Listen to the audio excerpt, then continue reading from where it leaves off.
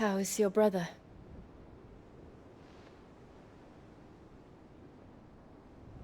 Asleep since I returned from the Dominion.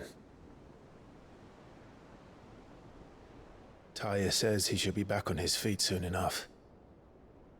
For a while, at least. She discovered something on his chest. A swelling, circled in stone. The curse.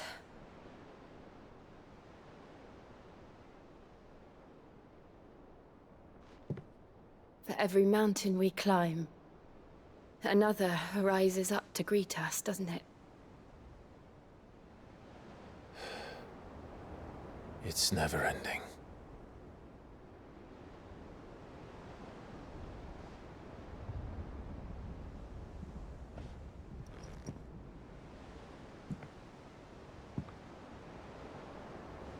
Even the sky seems to have grown tired of it all.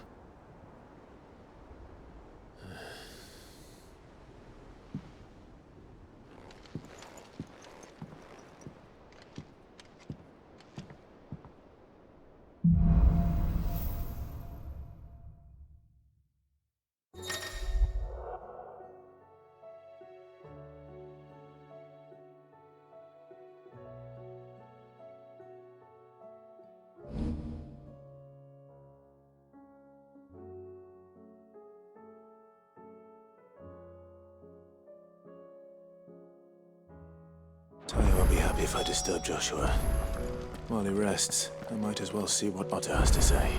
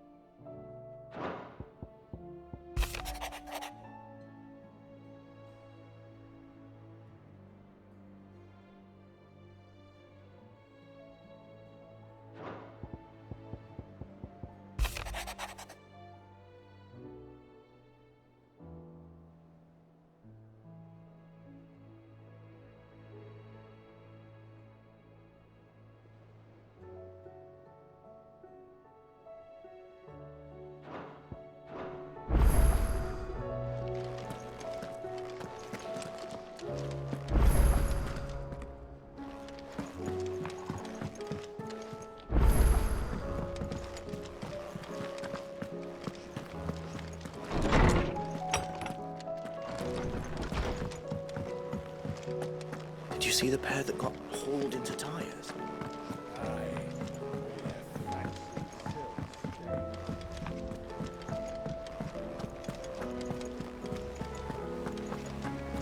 Did you see that? Tell me you saw that. There's talk of these skies driving men mad. Most of the hideaways He's are making them ancient. skies then. It's our job to Get on with this one. Otto, how fares the realm? The realm? Oh, she's just fine. As long as you look past the fact storms out mother crystals and her skies are a roiling cesspit. And Gav? He's with your uncle in the Free Cities, helping Mid with her project. Sent an owl their way the moment the winds turned foul. Still waiting on a reply, though. Do you have any good news? Well, that depends on your definition of good. All right, fine. What do you suggest we do? Oh no, I'm just a messenger. I leave the scheming to those more suited to the task. Could be that Lady Vivian and Old Tomes have their own thoughts on the current state of things. Could be that they don't. It certainly can't hurt to ask. I suppose not.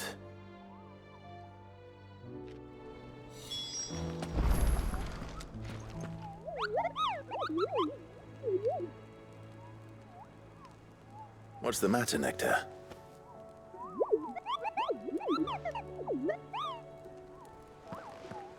The hunt board? It's where the curse breakers post sightings of particularly fearsome beasts. Those that might pose a threat to our operations if they were left to roam free.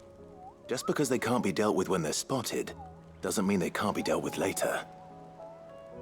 Was that what you wanted to know?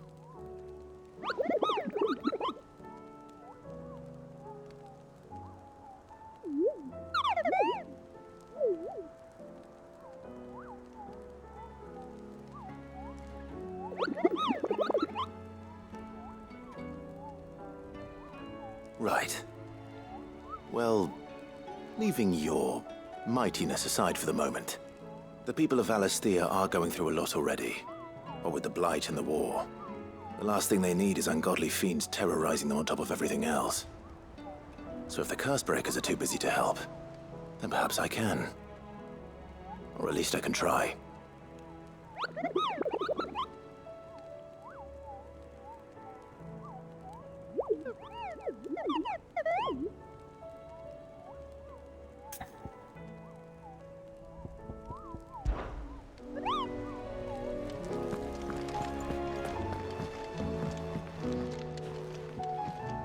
How is it that every one of your little excursions presages some inexplicable catastrophe? Not that you are to blame for the Dominion's fate. No one could have predicted the actions of the Crown Prince. I'm sorry I couldn't save your home. My countrymen are stronger than you think. A few toppled clock towers won't break their spirits. They'll be back on their feet in no time. I hope so. Look at us. Bluer than a pair of bog crabs. Tempting though it may be, sulking will not help us find a solution to this mess. You believe there's one to be found? I don't know. But I am certain we're more likely to find it if we first examine the facts.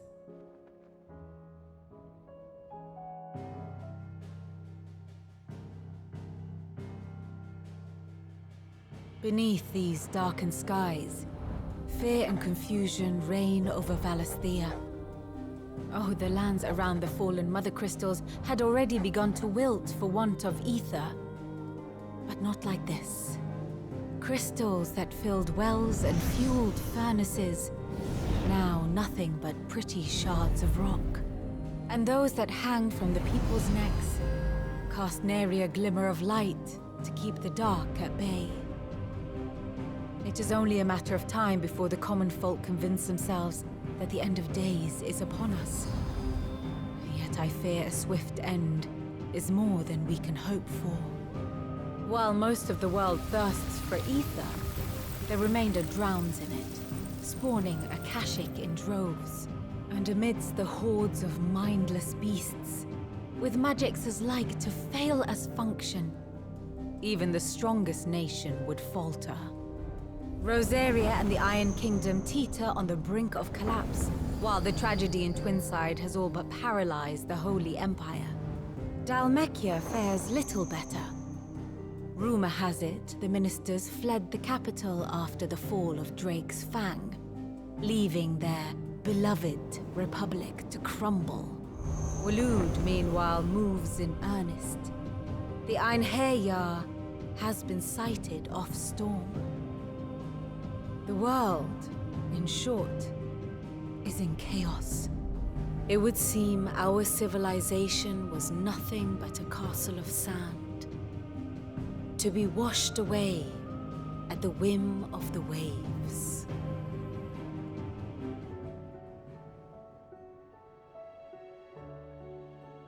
A castle of sand. Not my best flourish, but it seemed fitting. The reports I've received are considerably more blunt in their appraisal. Without the protection of their nations, it will fall to the people to defend themselves against those who would take what is theirs. Which is only ever going to end one way. Defending a farmhouse against a band of chocobo thieves is one thing, but pitchforks and palisades will do little to stall an army's advance. Should the King of Waloed deign to invade, there would be none to stop him. None but us.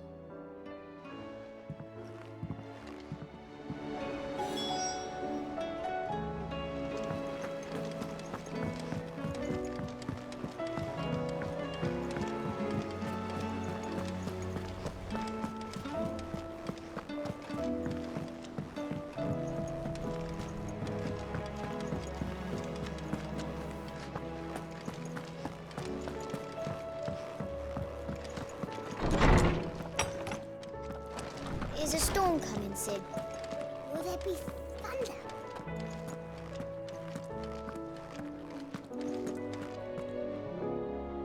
Let me guess. You're here about the skies. Is there anything you don't know, Lawsman? It doesn't take a court astrologer to augur the obvious. As for what has disturbed the heavens, that, I believe, is a question the Fallen might be better placed to answer than I. And on the 6th day did the gods tear the sun from the firmament, visiting darkness upon their prideful sons and daughters. But I dare say you remember your childhood lessons on the sins of Zemeckis only too well. You think they're connected? That Ultima was one of the gods responsible? Well, he has certainly exhibited powers that we mortals would associate with the divine. There is nothing divine about him. But he wouldn't be the first god of whom that could be said, now would he? Yet for all the fairy tales that tell of the sins, there is almost nothing in the way of actual historical accounts. Had I the Journal of Moss the Chronicler, I may have been able to tell you more, but alas, I fear all remaining copies have been lost to time. You will forgive me, I hope? Certainly not. Because there is nothing to forgive. Even without this journal, you've provided us ample wisdom. And we will always be grateful for it. Perhaps Otto will be more inclined to share his thoughts when he hears what the others had to say.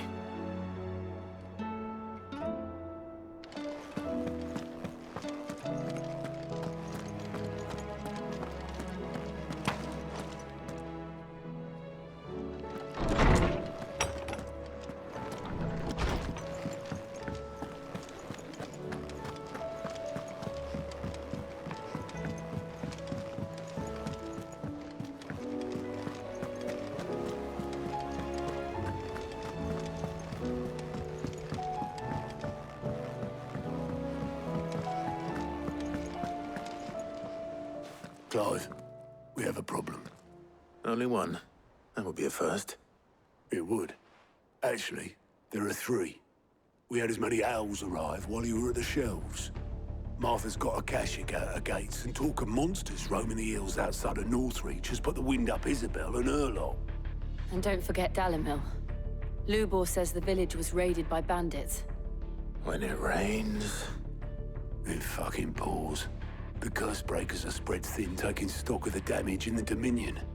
And even if I could get word to all of them, I doubt they'd get here in time to make any real difference. Which means there's only 2 people who can. Jill and I. Let them know we're on our way.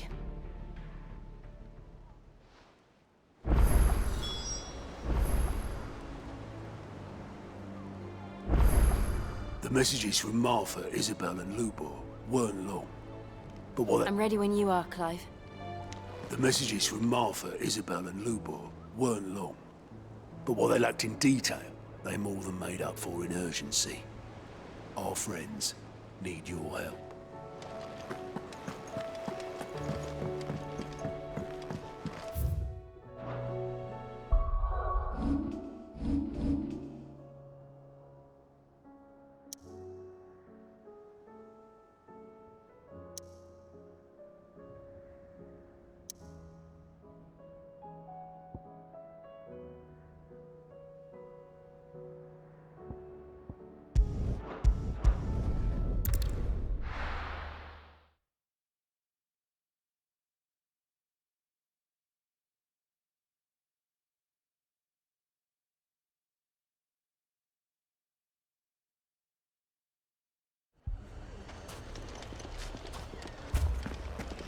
Fucking thieving bastard! If you're wondering why Dalamil's in such a sorry state, you can blame the bandits.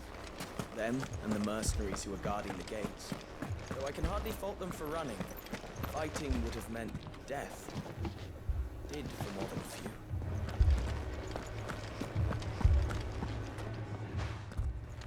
Sid! Your new companion appears much more formidable than your uncle. Should I be worried? You haven't been introduced. Jill, Clive has told me much about you. All lies, I'm sure. Your Stolas said that Dalamil has a bandit problem. Indeed. Although, you're a little late. They left with our food and guild days ago.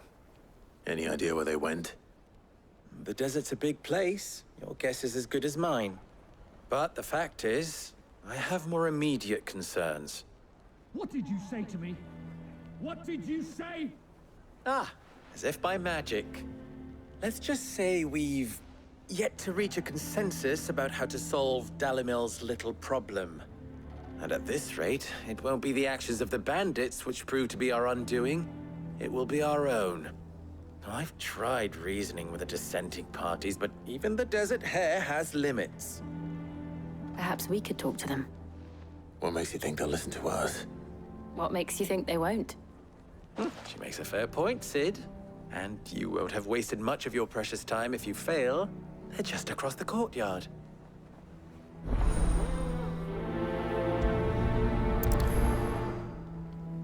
Suppose we just follow the shouting.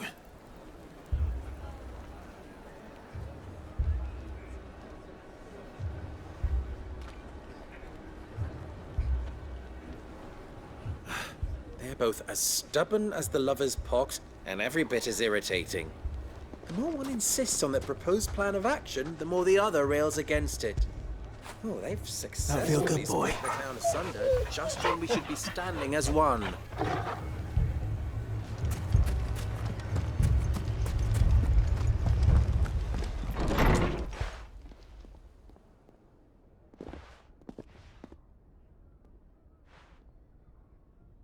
You wouldn't talk like that if it had been your men whose throats were slit. Blood for blood, it's the only way. We hire mercenaries and have them mount the bandits' heads on our walls as a lesson to the rest. And what happens when those mercenaries are slaughtered like your men? Are you going to hire more?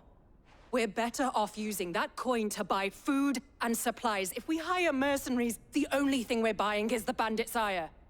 And you cannot fill empty bellies with that. Do you hear me? But what happens when they come back? Maybe it'll be your throat that's slit. That's enough. Both of you. Any more of this and I'll throw you out myself. Come back when you're ready to talk like adults.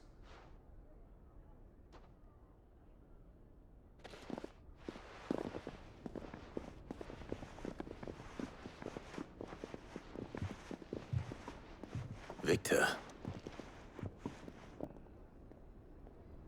What's he doing here?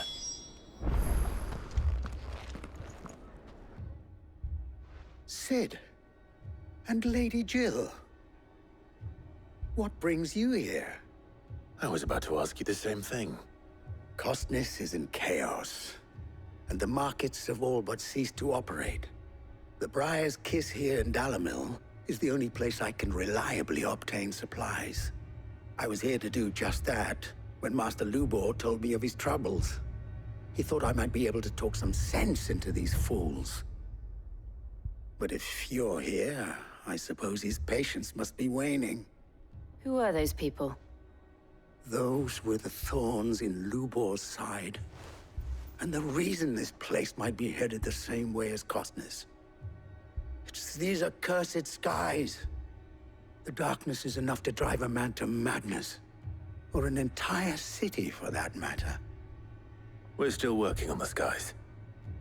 But in the meantime, perhaps we can find a solution to Dalamil's problems. I hope so. For all our sakes.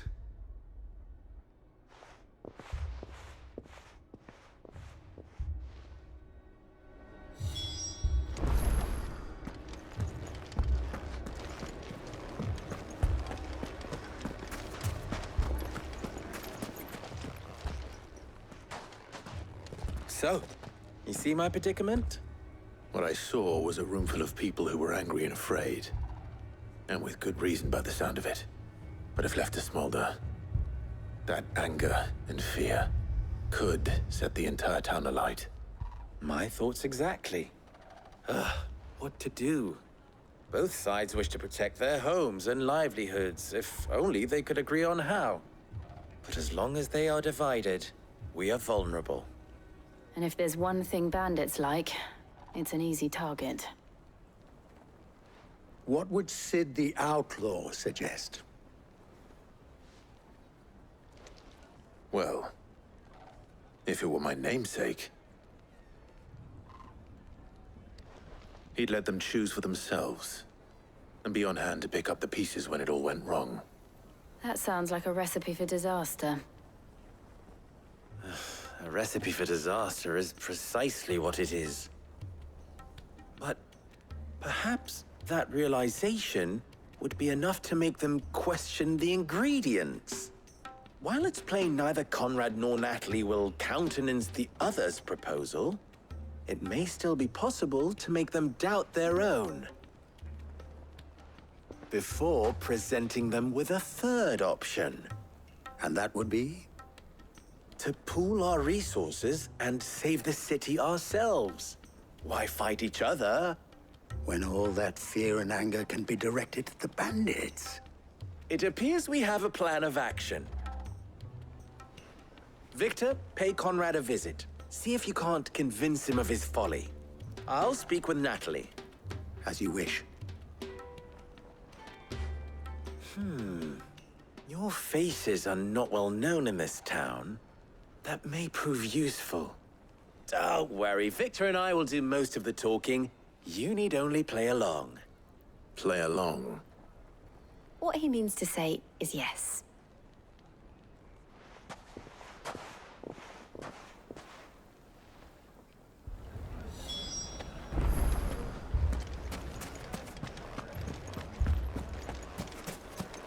Picture it, Conrad. Your own city guard. With you as captain. Me? I don't know about that. Next thing you know, Natalie'd be offering the bandits bed and board.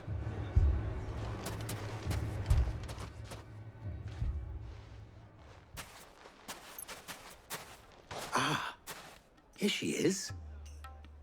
The Lady of the Spear herself. Conrad, may I introduce you to Jane, commander of the Red Wings, the oldest mercenary guild in the Free Cities. A pleasure, my lady. The pleasure is all mine. As I told you, I summoned the commander here from Canberra to inquire about a contract. Victor says you told him no. That there aren't any men left to hire. Is that true? True as the crystals cracked. Nobles came and claimed every last one worth his salt. And not just from us Red Wings. You know of the 7 high houses. There must be 2 swords assigned each one. Granted, we have a few boys left. If it's boys you're looking for. Well, Conrad, are you saying that Dalamil's finest cannot defend this town better than a gaggle of unblooded striplings? That a band of beardless youths could better avenge the deaths of your brave men than you yourselves? Absolutely not. We'll show those bastards who they're dealing with.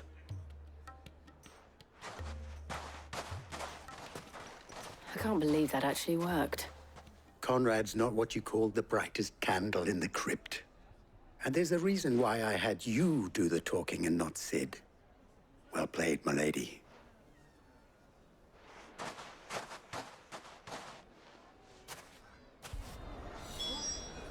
Then let us band together and show these brutes that Dalimil is not to be trifled with. Oh, I'm ruined. My shop. If I had my pickaxe, I would... I mean, it may still be possible to buy something, and we may yet be allowed to keep it. Yes, but... Ah, here he is now. Natalie, allow me to introduce Lord Underhill of Randalar's prestigious League of Merchants. Lord Underhill. At your service. Underhill? I was just telling the good lady of our conversation, my lord, and how you were lamenting the state of the capital's stores. Lubor says that not only are the granaries almost empty, but that war and the Blight mean this season's harvest won't be enough to fill them for winter. Indeed, certainly that is the case. The nobles in the capital are buying up the city's stocks of barley and wine, driving the prices higher than most commoners can afford. It is only a matter of time before the peasants revolt. It is worse than I thought. If what Lord Underhill says is true, I fear we have little hope of supplementing our stores, meager though they regrettably are. And while I applaud your endeavors to dissuade our more bellicose citizens from seeking vengeance, I sense Conrad is not wrong in his assessment of the bandits' likely return. Which means that now, more than ever, we will need to secure what little we still have. Food, weapons, herbs, everything. If our humble town is to endure not only this hardship, but those that are certain to follow, we must stand united. All right.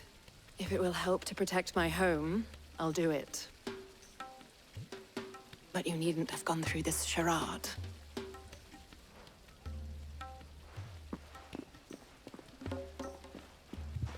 Thank you, Clive. Your performance was nothing if not workmanlike. She saw right through it. I didn't say it was good, merely that it produced the desired effect. Now, my scouts should be returning shortly. Meet me back at the Briar's Kiss, and we shall see what we face.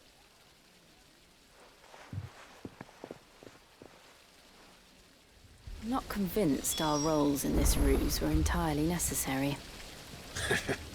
I don't know. It appears Conrad seemed quite taken with you.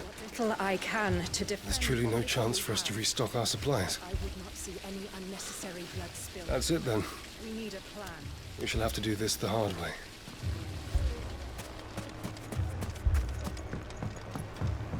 Mummy, I'm scared.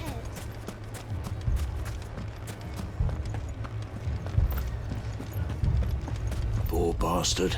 Couldn't run because of the weight of his load. Still, better a branded than one of us. Good news, Sid. Both Conrad and Natalie have somewhat gracefully accepted their new roles. With time, they may even learn to. Time no longer appears to be the luxury it was before lunch. I take it your scouts found the bandits. Technically, it would be the bandits who found my scouts. It appears they march for Dalimil as we speak. All of them. You're not serious. They don't just want food, they want the whole damn town.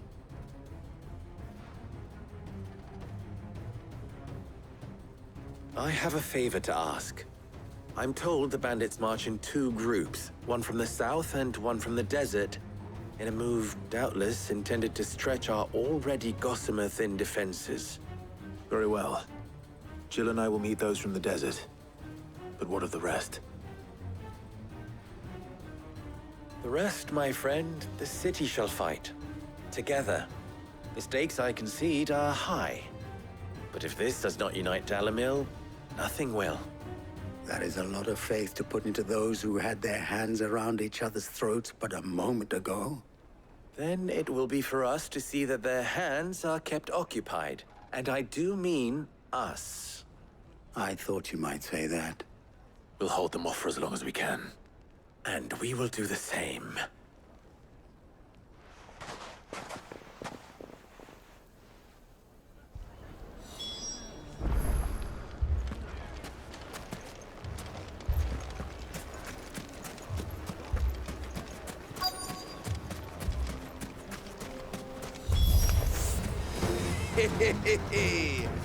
The womenfolk have come to welcome us. I'll take that one. It's all yours.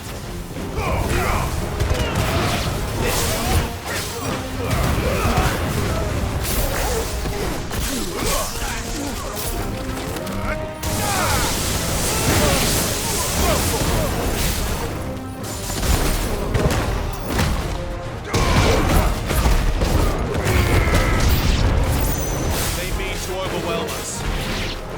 This one. Over here!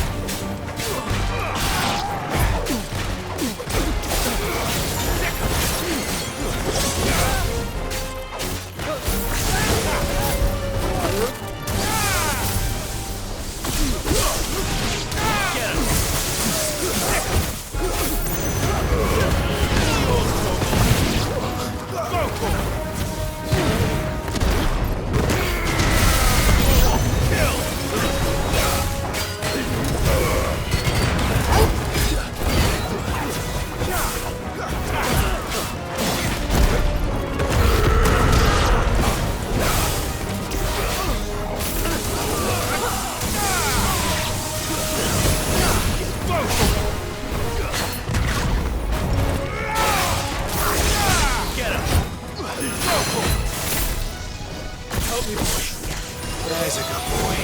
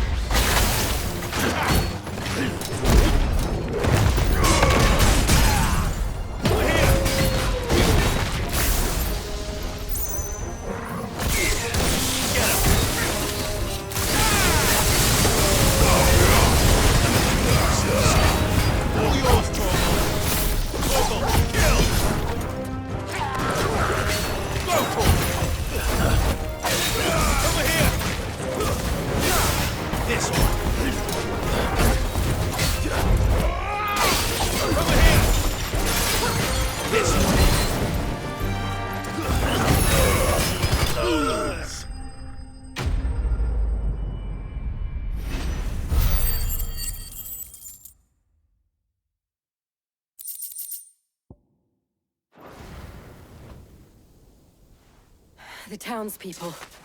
Could they have held out? I don't hear any fighting. What do you think? That we should hurry.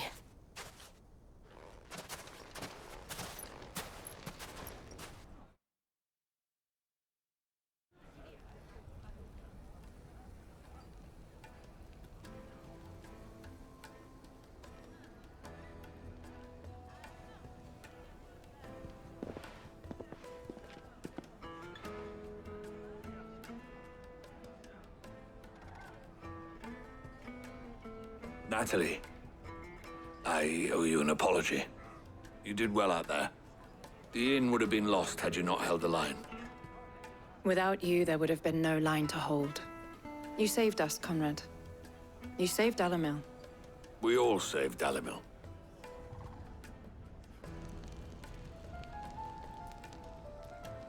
Conrad seems to have had a change of heart. I'd say they both have. I take it from your presence that our visitors from the desert won't be joining us either. Pity. The plan worked, Sid. Granted, it only took an army of bloodthirsty bandits at our gate. Calm now, Victor. Why quibble over the details? We are united, and that is all that matters. As for you, Sid, you fight considerably better than you act. I'll take that as a compliment.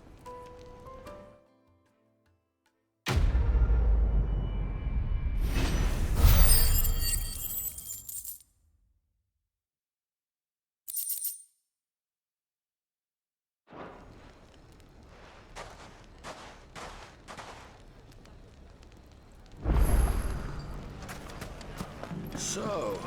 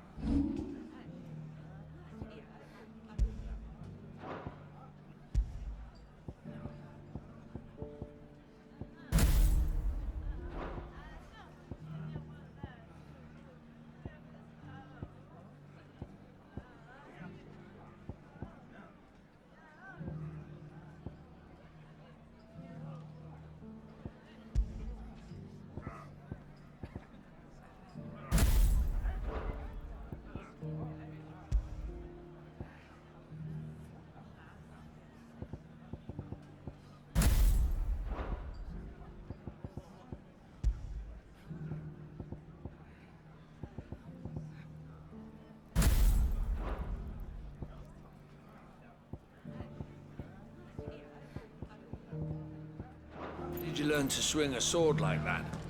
In a desert full of ne'er-do-wells. Oh.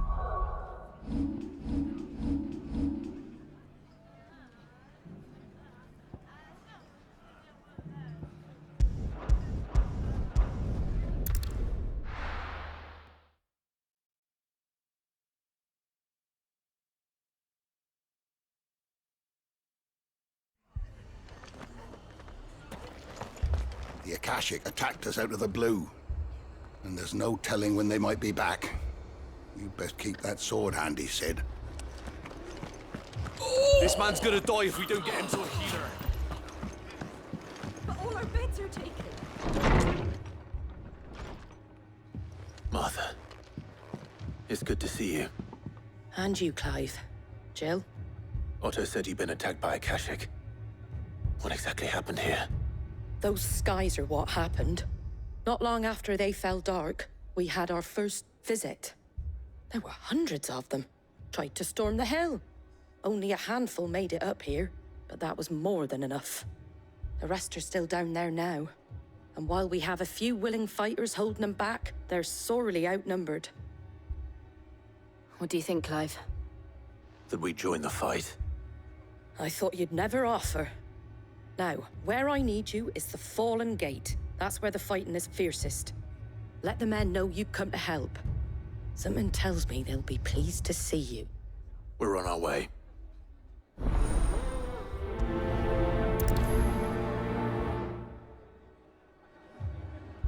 Do you think there are as many as Martha says? More. If they ain't clawing at the gates, they're climbing up the cliffs near the lift. The lads are doing what they can to keep them out, but unlike the Akashic, they need sleep. You're alive.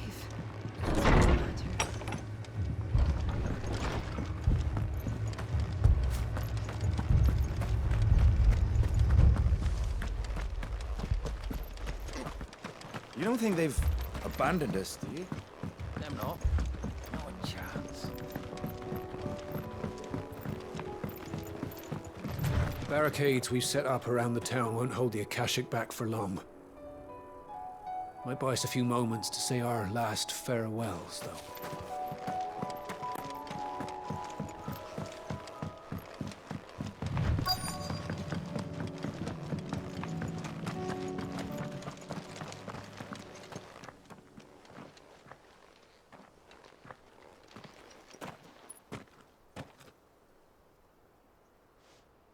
Clive, wounded.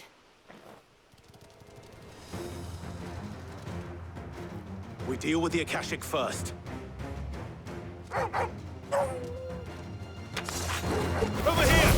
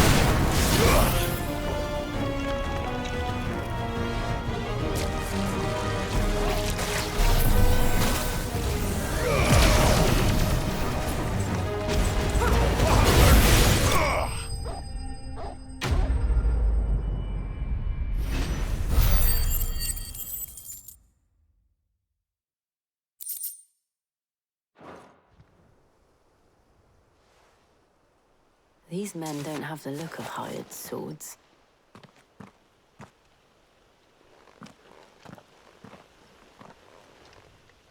If you've come to rob this place, You are mistaken, my Lord Rosfield. We're here by Madame Martha's leave. How do you know my name? Forgive me, my lord. There wasn't time for introductions. We're with the Guardians of the Flame. Wade's men? But how did you come to be here? Where is your commander? Sir Wade left earlier with a scouting party to find out where the Akashic were coming from. Did he? Take your wounded back to the inn. Martha will see you're looked after. We'll join you anon.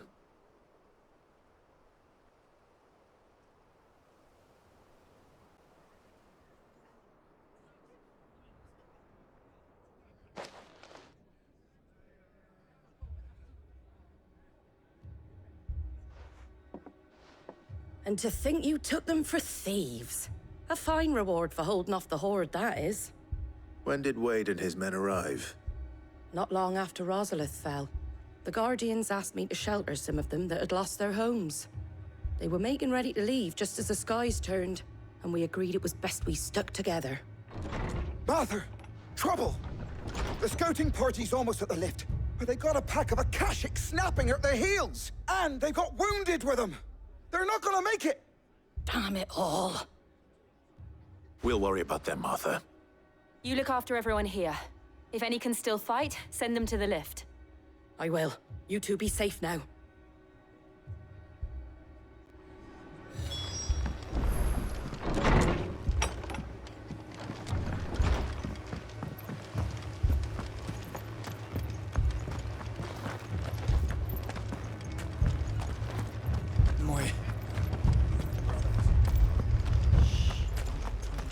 Mad dogs. A lot of them.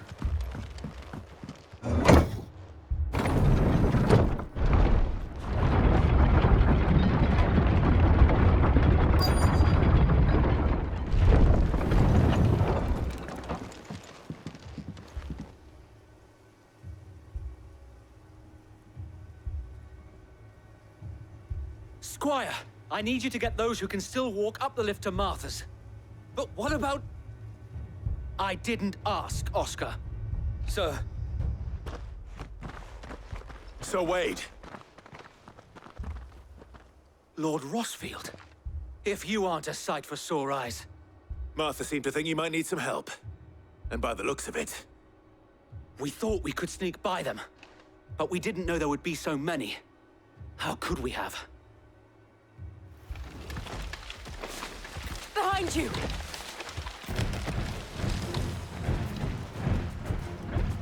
Damn it! We need to get the injured to safety. Do you think we can hold them off? We can certainly try. Are you with us, Sir Wade? Always. Then let's do our duty.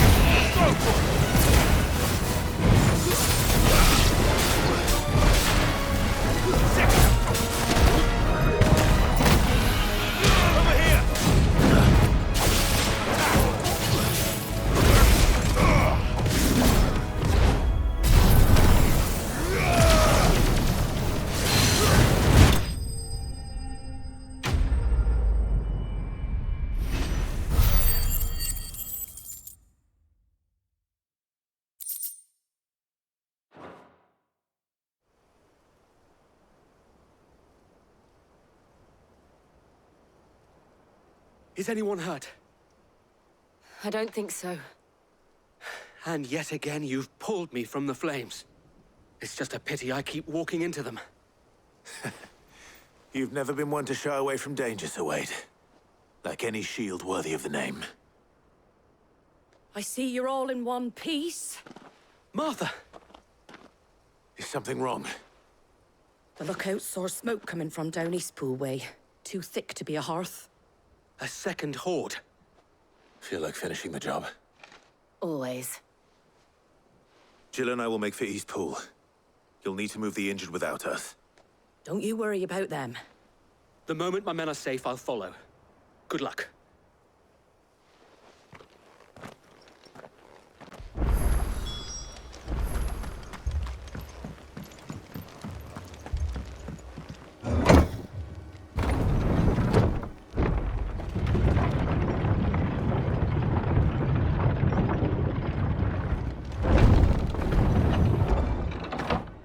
Get it, boy!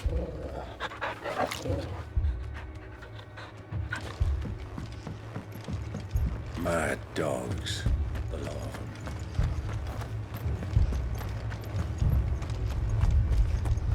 How do?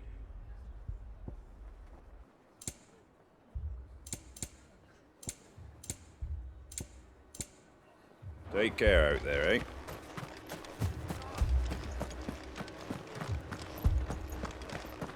This man's gonna die if we don't get him to a healer.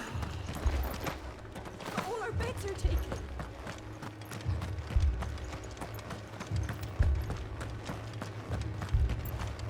Fiends try to climb the walls here, too. Founder knows where they're gonna show their ugly faces next.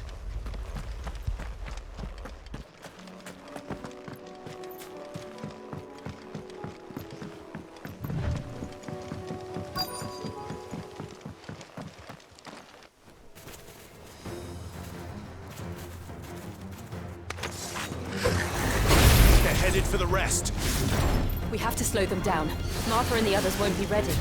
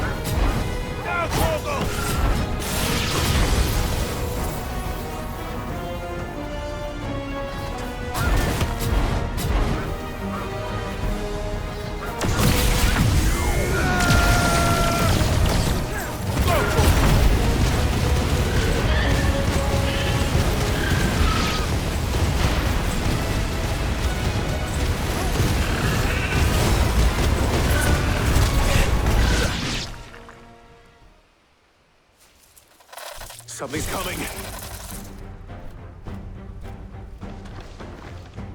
Apologies, my lord. Did I miss anything? Only the first round, Sir Wade. Shall we?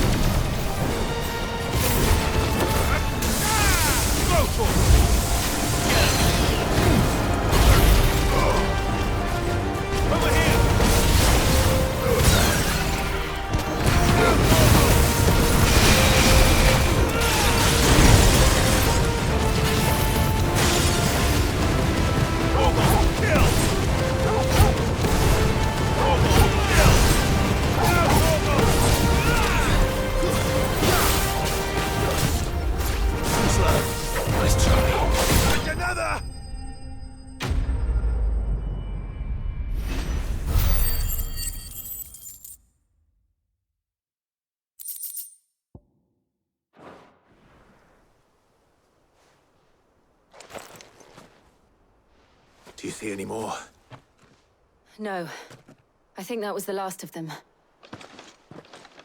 But it won't be long before the next lot arrive. Then we make for Martha's while we can.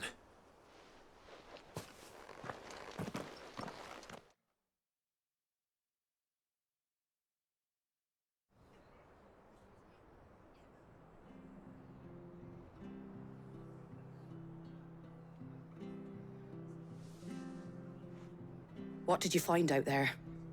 The same as Sir Wade. Scores of Akashic. Well, wherever they came from, they're gone now. Our lookouts say the lowlands are clear. Hopefully we'll have enough time to lick our wounds. How many of your men were injured? A damn sight less than if you hadn't turned up. Thank you. It was a hard-fought victory.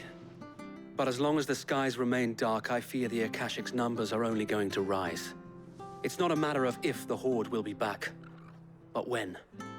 And whether that's sooner or later, we'll need to be ready. The inn here affords a good view of the land, and is easily defendable. I'd like to make this one of our outposts. What do you say, Martha? You'd have more men to guard the rest. Well, when you put it like that, of course they can stay.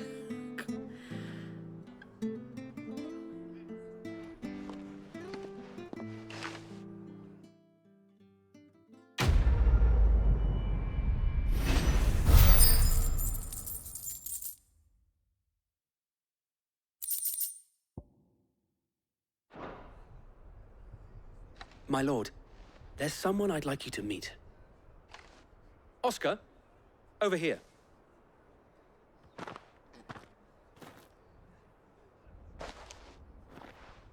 It is an honor to make your acquaintance, Lord Rossfield.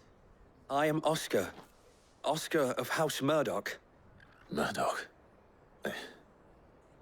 I wasn't aware the Lord Commander had children. Oh, he didn't. But his brother, my father, did. I am Sir Rodney's nephew. Well, go on, then. It's not for me to ask him. Yes, Sir Wade.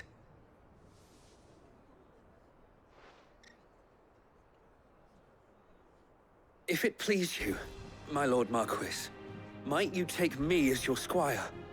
I would learn the duties of a shield from the finest. I'm sorry to disappoint you, Oscar, but I'm a shield no longer. Nor was I ever the finest. And spending time in the company of an outlaw hardly seems a fitting education for one aspiring to take his oaths. My Aunt Hannah once told me that a man is not defined by his title, but what he does in its name. You have accomplished much since taking on the mantle of Cid, winning no little honor in so doing. And I would sooner serve under an honorable outlaw than an unworthy shield. Not that Sir Wade and the other Guardians are... I mean to say that, they're... It's all right. We know what you mean. There is only so much the boy can learn from me, my lord. But a squire... Would that really be so bad? You were a squire once. And I'm certain Sir Rodney would approve.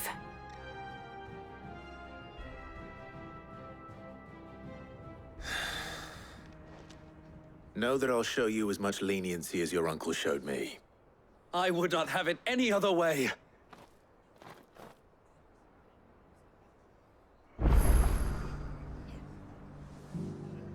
I will not let you down, Lord Rossfield. You or my uncle. We shall be staying here for the time being, and not just for the ale. I'll have one of my men escort Oscar to Benimir once he's said his farewells.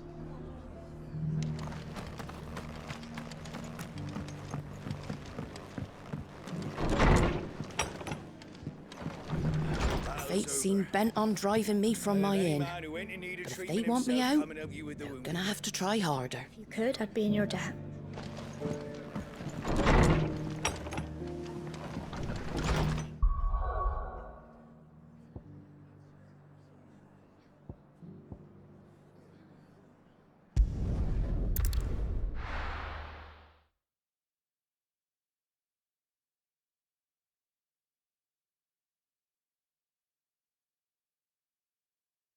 First we find Isabel. Heard a bloke saying he saw ghosts on the far side of the wall. Ghosts? Then a wall won't stop I saw it with my own eyes. The whole of Oriflamme under a flood. Then we're next.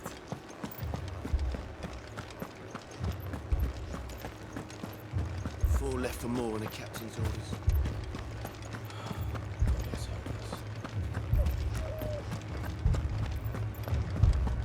The two soldiers were carrying another. They didn't have any legs.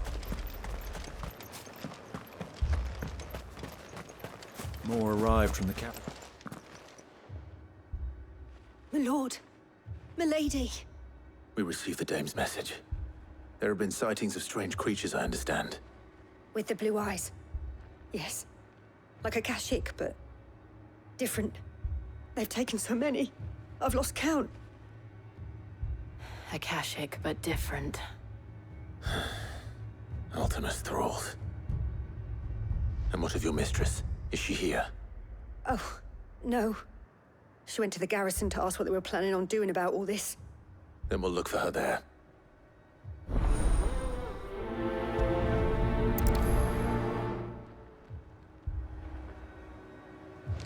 We've seen little and less of the soldiers of late.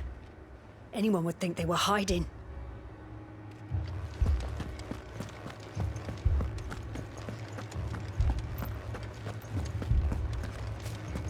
I can't do it. I can't.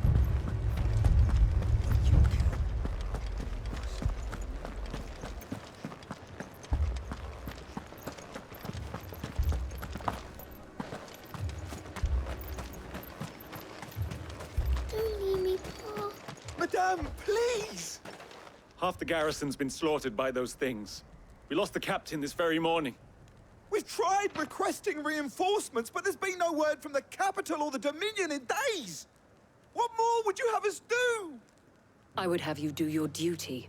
Those at the Vale look to me for protection. And protect them I shall. Because they are my charges, and that is my duty. In case you have forgotten, the people of this town are your charges. But more than that, they are your people. Your sisters, your brothers, your lovers. So you have a choice. Lay down your sword and watch as they are slaughtered, or take it up and do what is right. She speaks the truth, you know. This here, it's all we have. It's all that's left. What we have left is our lives! Do you really want us to lose them as well? Not if we don't have to. Look, there's a cask under the captain's bunk. Let's talk about this over a drink, eh? I'm listening. I'll have a word with him.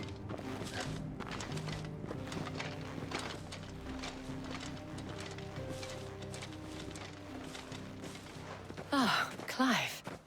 I didn't expect help to arrive so quickly. And sought to take matters into my own hands. It was a noble effort. But I thought you might still need some support. How like you to consider my needs. What we need to consider is where the creatures came from. The way the survivors speak of them, one would think they appeared out of thin air. And perhaps they did. It's hard to know what to believe these days. We'll talk to the survivors. I can't entirely blame the men of the garrison for losing heart. And they have provided a place for the injured.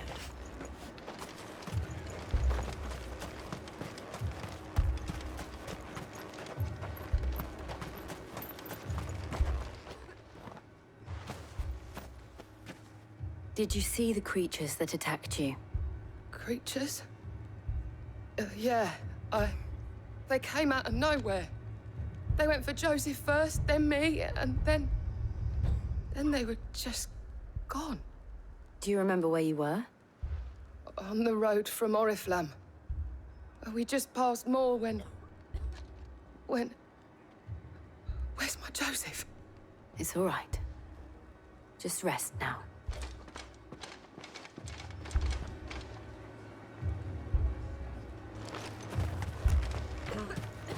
It's all right. But my family, they're still in the capital. I'm sorry, darling. You're a pikeman, yes? What happened? I've got family in Moor.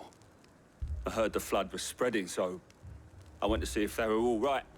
And a pack of them glowing things found me in the meadow. I ran for my life. I never did get to the village. Leave that to us.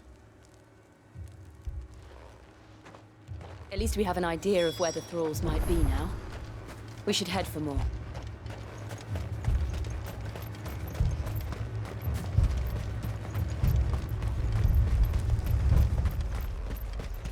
I assume you have a plan?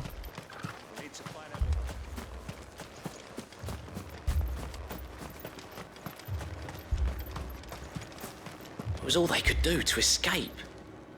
They just left the bodies there in the flood.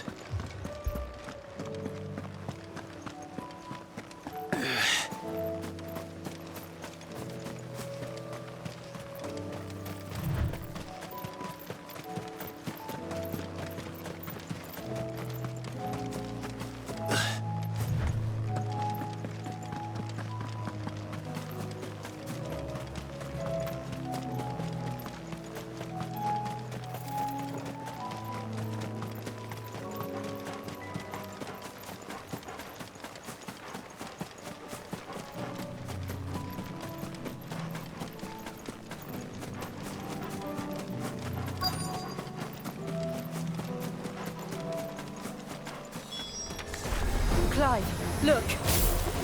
I see them. With me!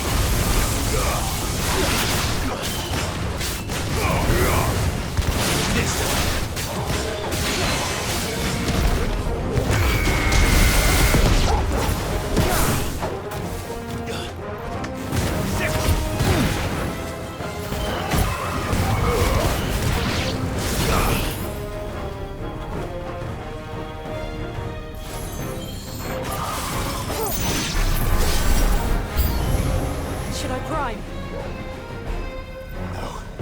Save your strength.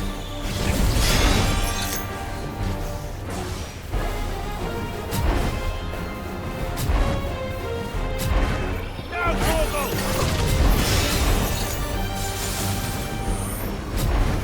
Torgal, kill!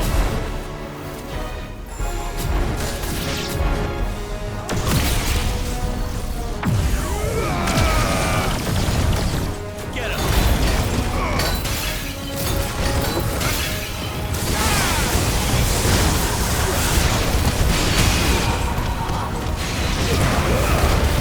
All yours, Torgal! Now, Torgal! Over here!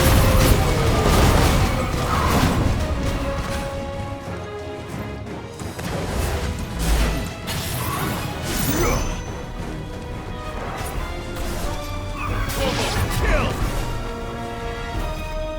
Now, Torgal!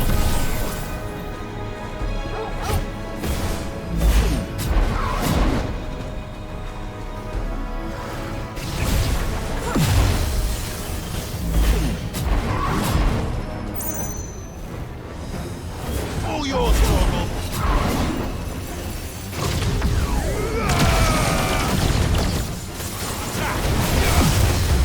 Torgal, kill!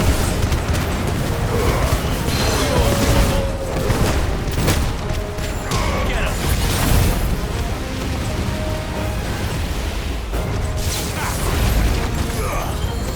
Sick him!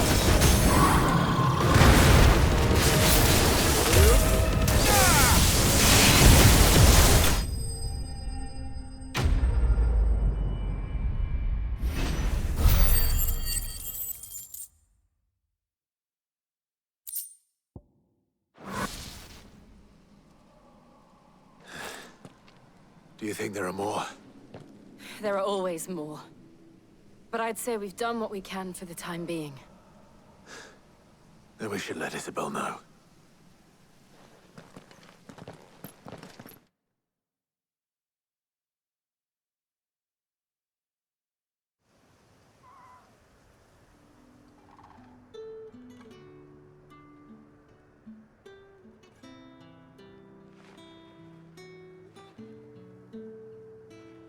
You have the town's thanks.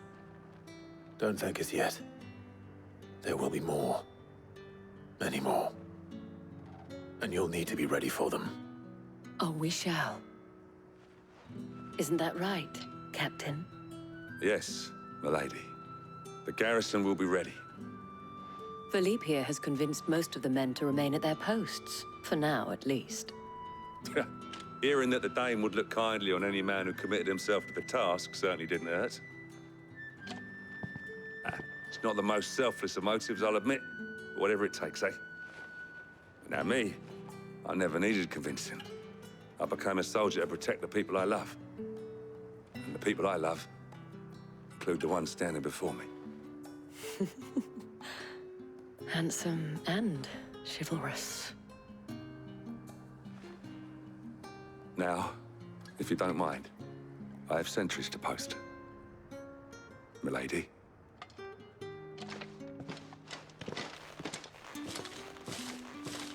Lest you wonder, I'm not foolish enough to believe that this has solved all of my problems. But it has solved one, and that's one fewer than I had this morning. Thank you again, Clive.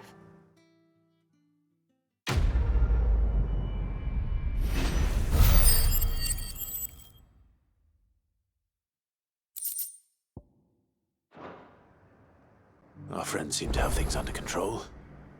For now, at least. Let's go and put Otto's mind at rest. Philippe will make a good captain. He reminds me a little of you, Clive, but without all the mocks and mows.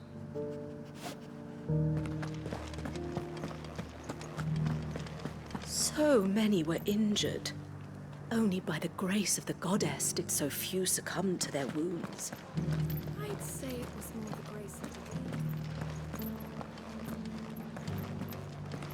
Those things I said before about not being able to fight. You didn't mean them. I know. That's not the man you are. The man I love. You needn't fret. The creatures have been dealt with. Yeah, but what if they come back? Is there anything we can do to help?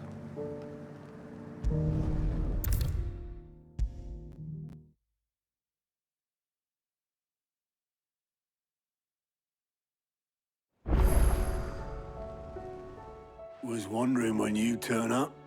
Had ours from all our friends thanking you for your timely intervention. How is it you always manage to arrive at just the right moment? Luck, I suppose. Any word on the rest of the realm? Let's see. Storm's still crying out for mother crystals. The nations are still in chaos.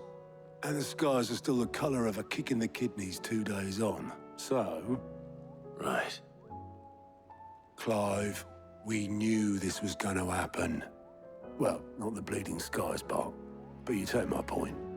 Now's not the time to second-guess yourself. Now's the time to visit the infirmary. Talia says your brother's awake. Thank you, Otto.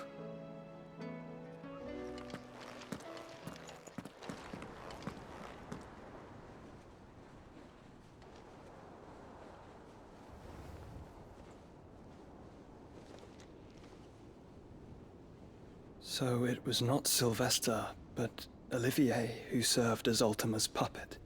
And when Dion learned of this, he sought to slay the fiend.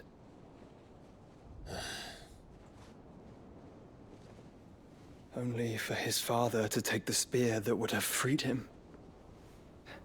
Enough to drive a man to madness. Small wonder he hasn't stirred.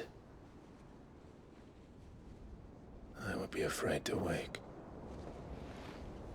Had I but reached out to him sooner, warned him of the threat Ultima posed. But now, both an empire and her prince lie broken. Joshua, what do you know of Ultima?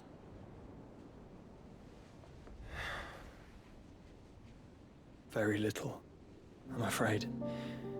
Despite my best efforts. 18 years ago, as I lay buried beneath the rubble of Phoenix Gate, 'twas not death who came for me, but another. And it was while in my rescuer's care I first heard of Ultima. I've been chasing his shadow ever since. Ultima is driven by some deep, dark purpose, and for whatever reason, it would seem you are crucial to his designs. He will stop at nothing to have you, even if that means toppling an empire. But why me? What possible use could I be to such a creature? That is one of many answers that have eluded me. Yet, I am certain of this. It is not mere chance. You were chosen for a reason. All dominants carry within them the might of an icon. Nigh limitless power that is at once acutely limited. I wield fire, and only fire. And I only ice. 8 wardens for 8 elements. But you, Clive. You are different. You're special. Your abilities begin with the flames of Ifrit. But they do not end there. The fact Ifrit can even exist goes against everything we thought we knew of dominance.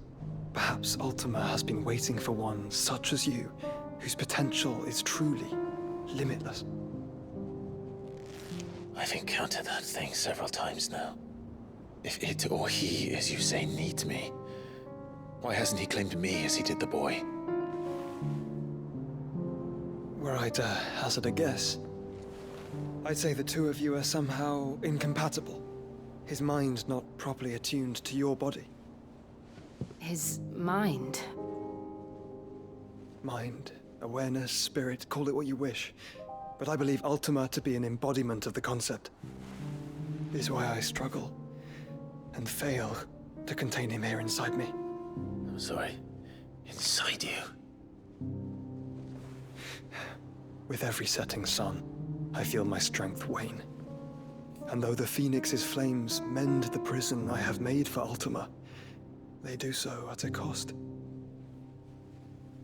We must find a means to bring an end to him before I meet my own.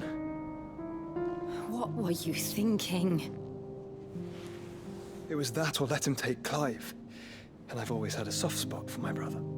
But that doesn't mean you should sacrifice yourself to save me.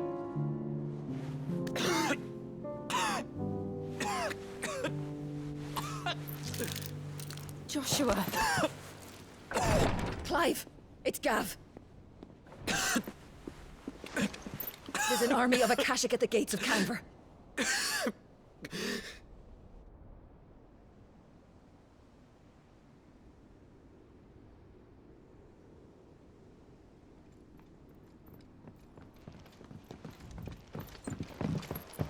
Well, what's the short of it? It's all Tyre told you. The capital of the Free Cities is under siege by an army of monstrosities. The City Guard are doing their best to stem the tide, but numbers ain't on their side. What of Lord Byron and Mid? Were they able to escape? No, but they're all right for now. They're hiding with Gav at midship. We have to get them out of there. And we shall. Otto, prepare a Stolas. Tell Gav to stay exactly where he is. Understood. Vivian, what's the swiftest route to the Free Cities? That sounds like a question for the map. Look here. This road, through Tabor, should provide the least trouble. Good. What a coincidence. Tabor is exactly where I'm bound. Joshua, bed is where you should be bound. You don't think I told him the exact same thing? Were Tyre not such a talented healer, I would surely have been inclined to agree. But, thanks to her ministrations, I feel I may safely rejoin my attendant, who was to wait for me in Tabor if we became separated. All right, we travel together. Clive. If he stays close to me, he'll be fine. Thank you, brother. I'll look after him.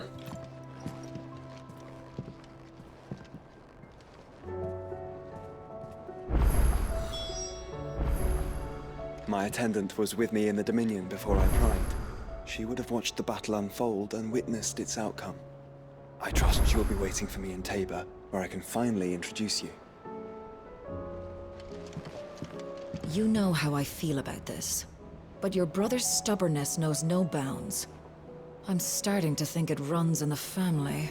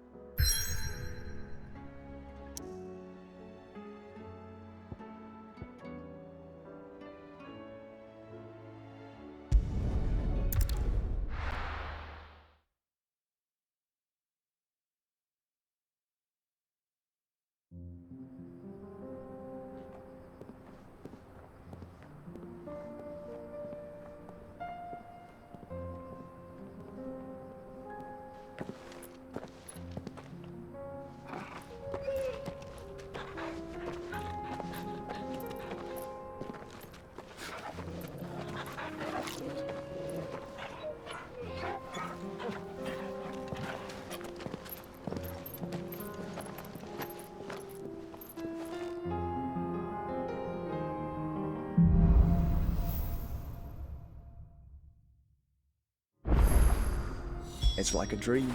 The four of us out walking like we used to. Enjoying this, are you? Gav and the others could be in danger as we speak. You're right. I'm sorry. Yote is a fine gun. If Campbell was attacked, she will already have the gun gathering. Tigers is far. We should pick up the pace.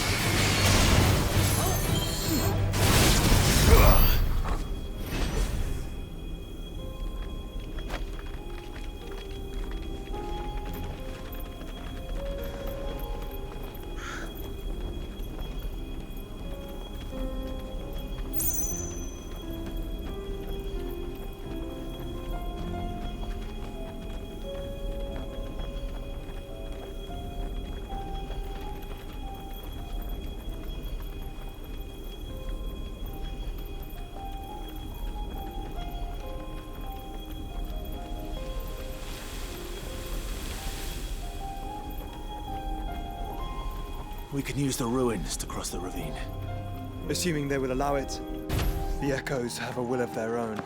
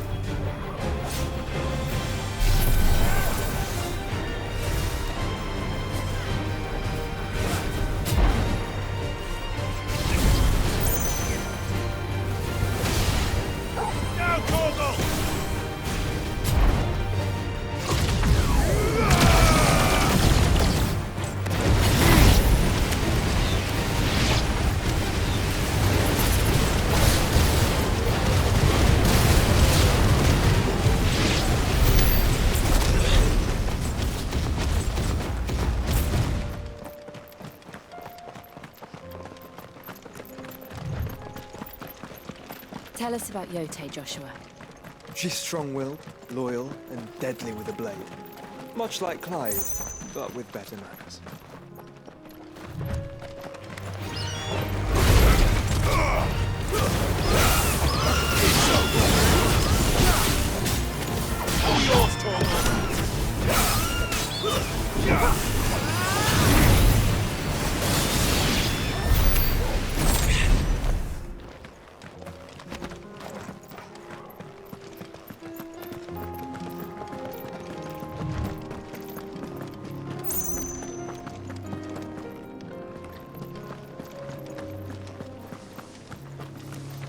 I do.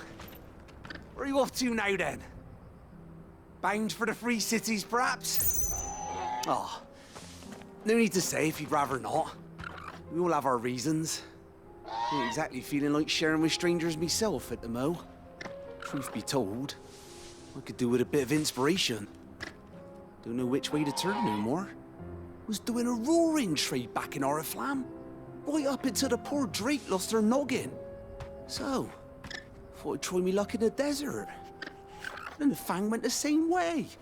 And don't get me started on the mess in the bloomin' Dominion. Suppose I could try Camber next. But knowing my luck, the old place be crawling with the works before I'd even sat out me stall. But as I always say, where there's crisis, there's opportunity. The opportunity to mint Gil, that is. So, where to next? Is there any money to be made in ash? Do orcs even carry Gil?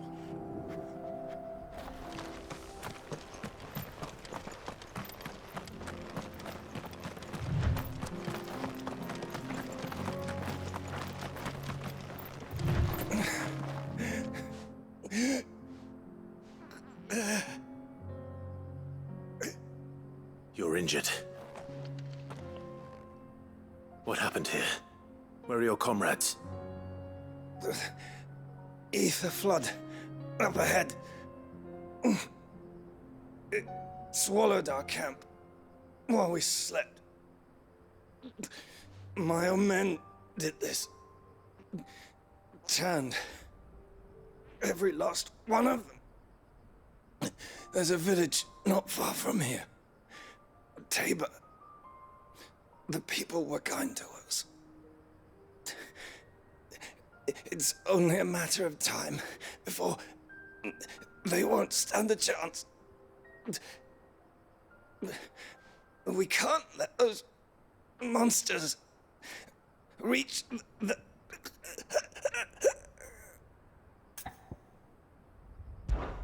I'll go.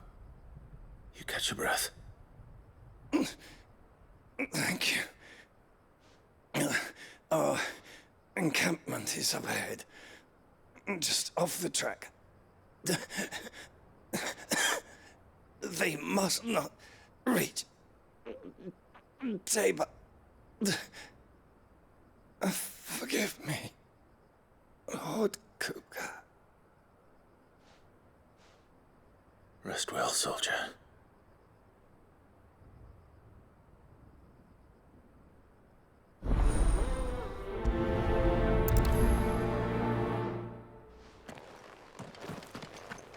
You said the encampment was close.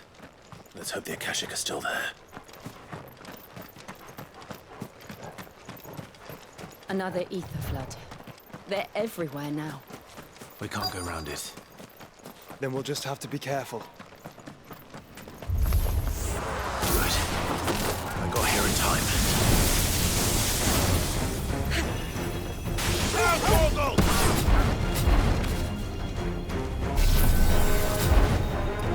All yours, Torgal!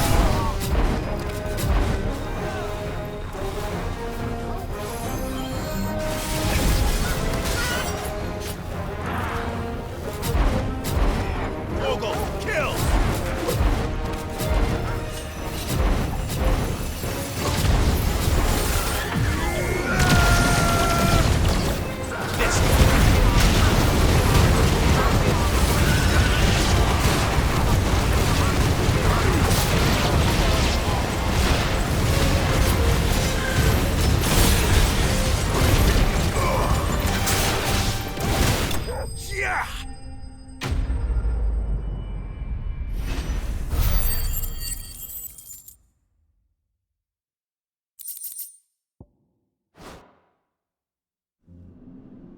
Someone there! Please, I can't move my leg! That doesn't sound like an Akashic.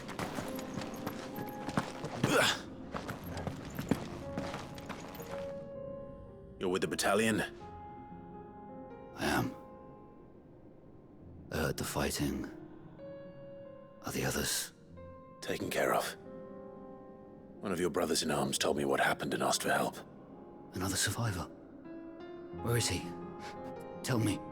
His wounds were too deep.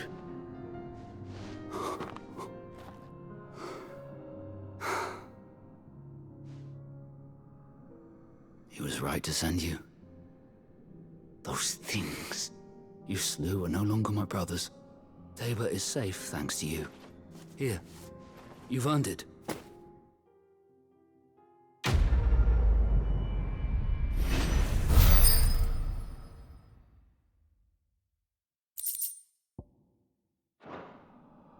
You seem familiar. Have we met? You must have me confused with someone else. Wait. That scar. Son of a whore. You're Sid.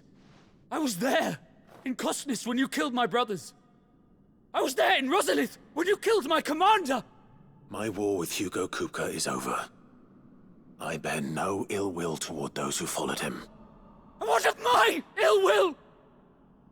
Coward! Draw your steel. Lord Kupka shall be avenged! When your wounds have healed and your head has cooled, come and find me if you must. Though I hazard your life would be better spent in service of those who need it. Or have you forgotten your oath to the Republic? My oath? What would you know of oaths? I know how hard they are to keep.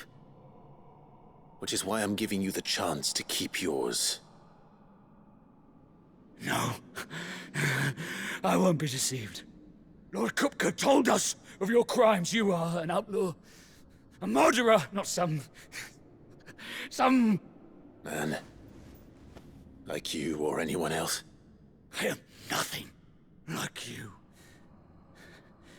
But if you're not gonna kill me, then go. Leave! Just know that I will find you, Sid. Someday.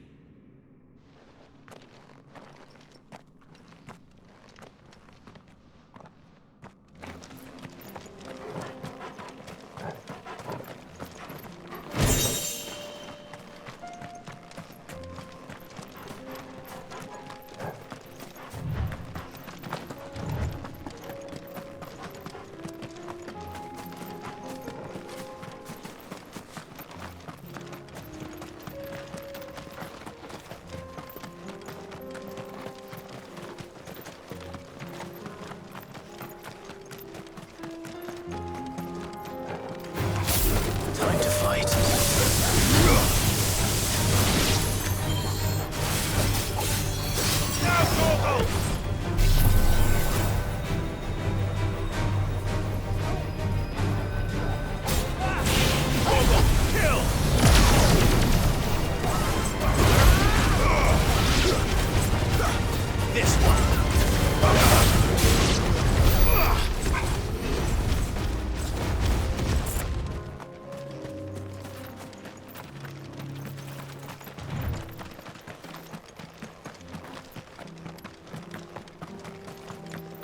We're nearly there.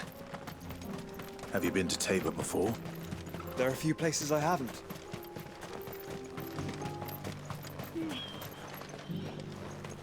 Welcome, travelers. We don't get many visitors here in Tabor.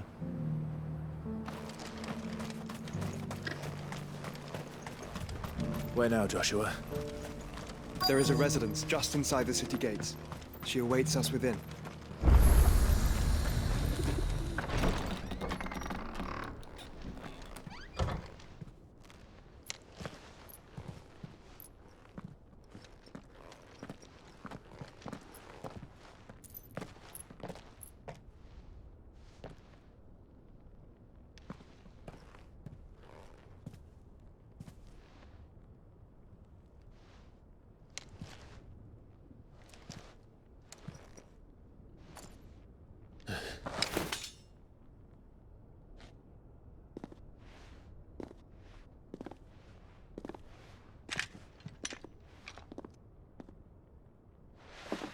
My Lord Marquis, it is an honor.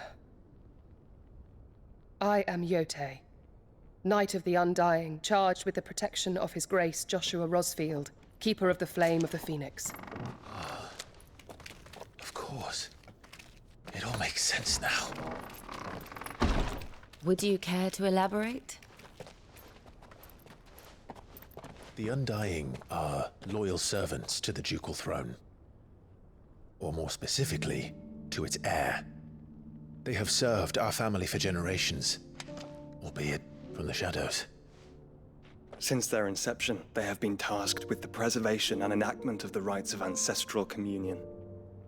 After the events at Phoenix Gate, it was the Undying who delivered me to safety. And since the day I left Rosaria, Yote has been my constant companion and protector. Without her sword, I would not have survived my journey across the realm. Rise, Lady Yote.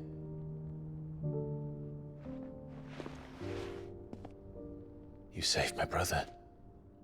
I owe you a debt I can never repay. I but did my duty. Come now. Tell us what you've discovered. Your Grace. It is as you feared. The vessel we spied off the coast of the Crystalline Dominion on the night of her fall. It was the Einherjar.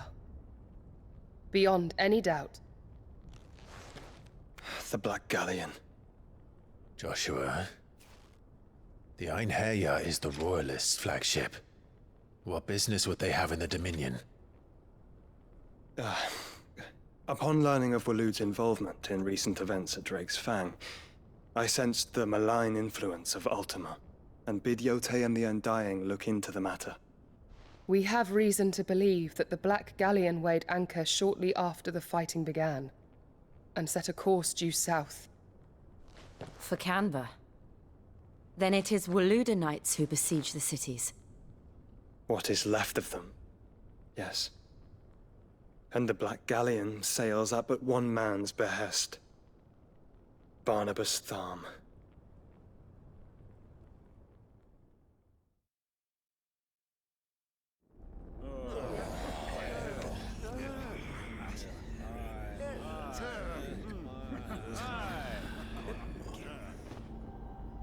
But are we truly safe here in the Agora?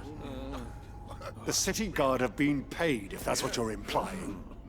All the more reason for them to run.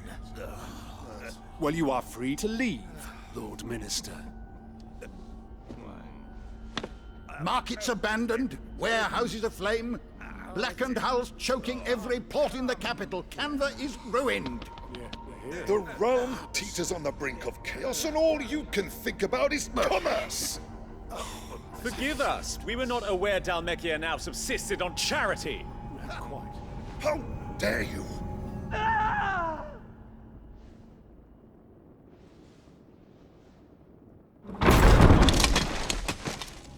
Distinguished members of the Council, you must forgive His Majesty this intrusion. What is the meaning of this?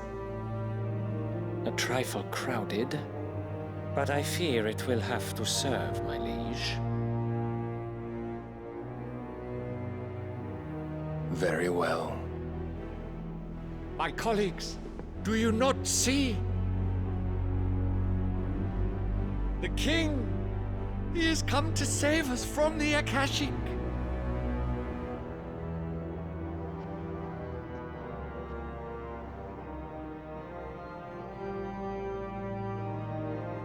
He is a gift from the heavens, divine intervention, our very salvation.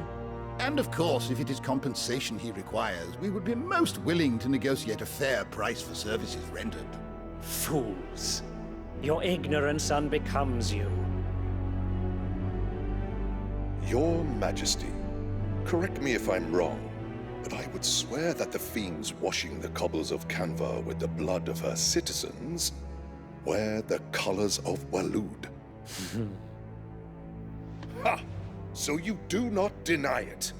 Guards, fetter them, and see our guests to the dungeons!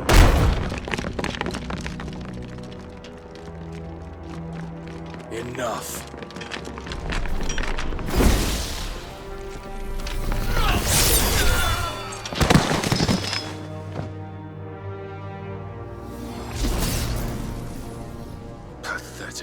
traitors.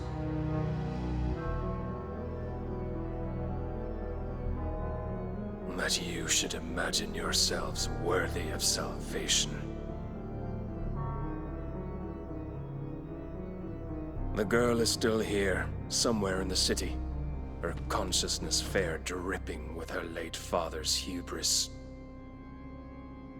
A consciousness to which Mythos is inextricably bound and inexorably drawn. See that he is made welcome. Yes, Your Majesty. Come, Mythos. Surely the prince's light cannot have sated you.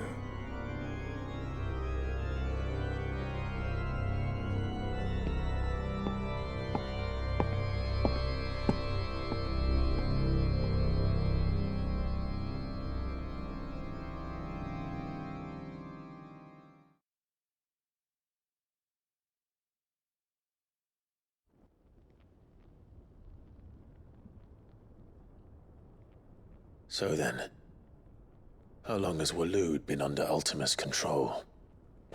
How long indeed? Based on what we know of Barnabas's actions, I would guess some few years, mayhap more. But to what end?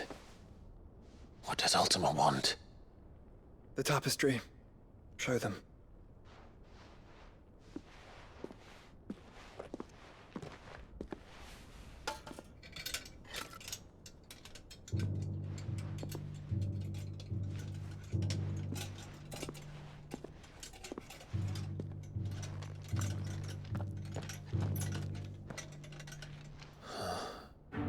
By the flames. Phoenix Gate, Drake's Breath, and now here. But what is it?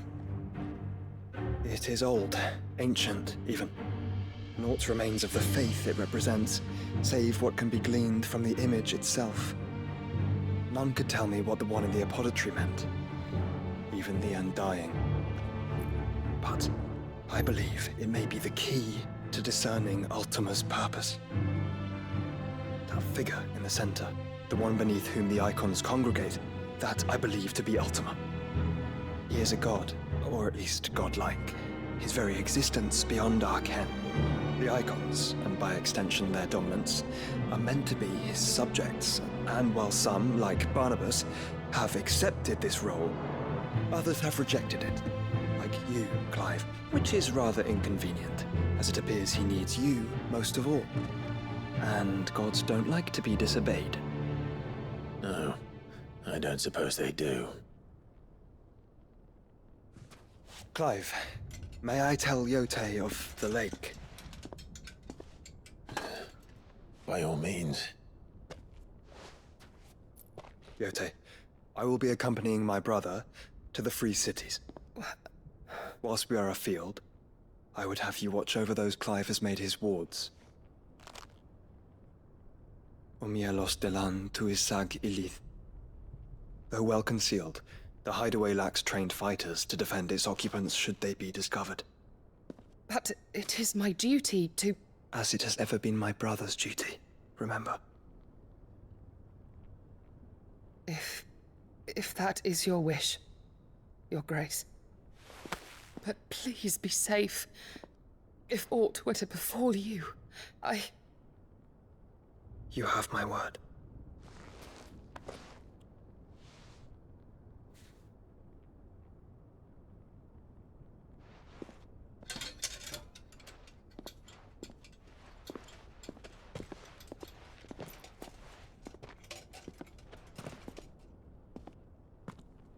Farewell, my lord, my lady. We are in your debt, Yote.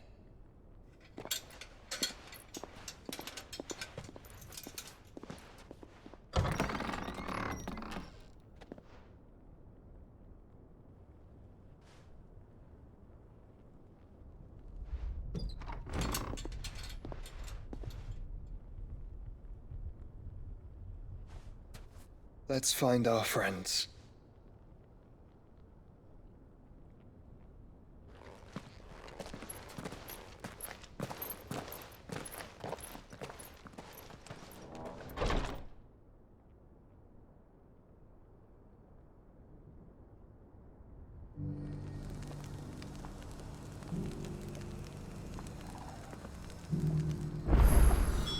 It's plain she cares for you very deeply. And I her, which is why I had to let her go. Who among you is bold enough to heed her call? What brings you to our humble village, young man? If it's our artisans you're here to see, then please. But do try not to interrupt their work.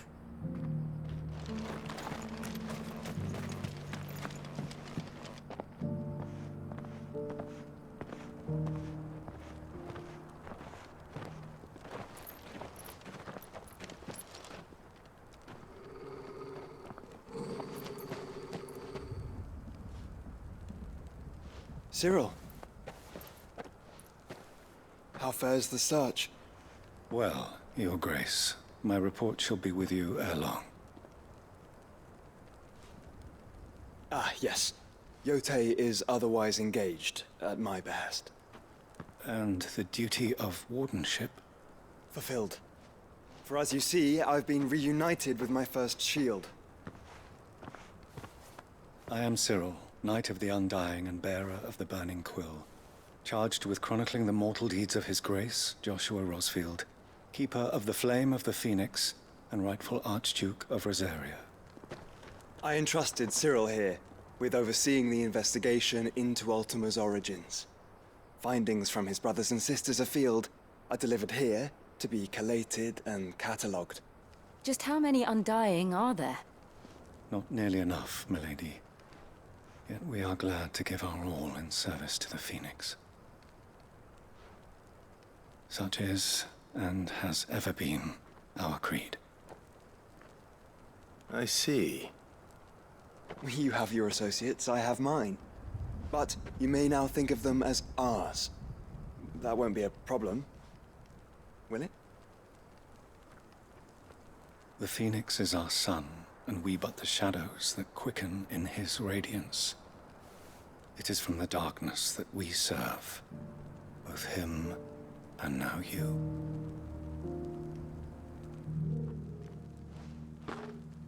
Pray accept this token.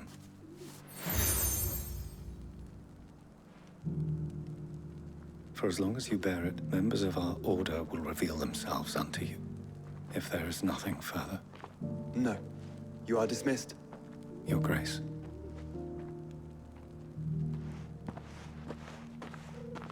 To Canva, then. We'll talk about this later.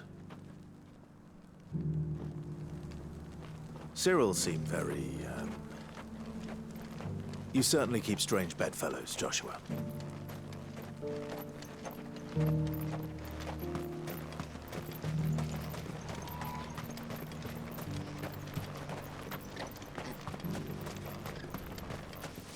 Ah, Lord Rosfield. I'm afraid I cannot stay to talk. I must leave to collect the reports of our spies in the field. Now that you wear the Phoenix down, our brothers and sisters will no doubt reveal themselves to you too. Farewell, my lord, and may the Firebird's flame burn ever in your heart.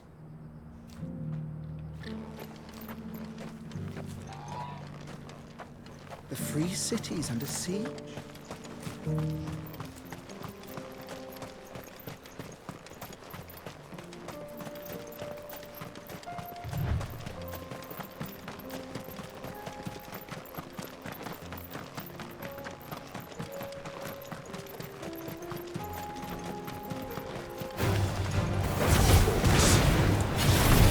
Let us be ready.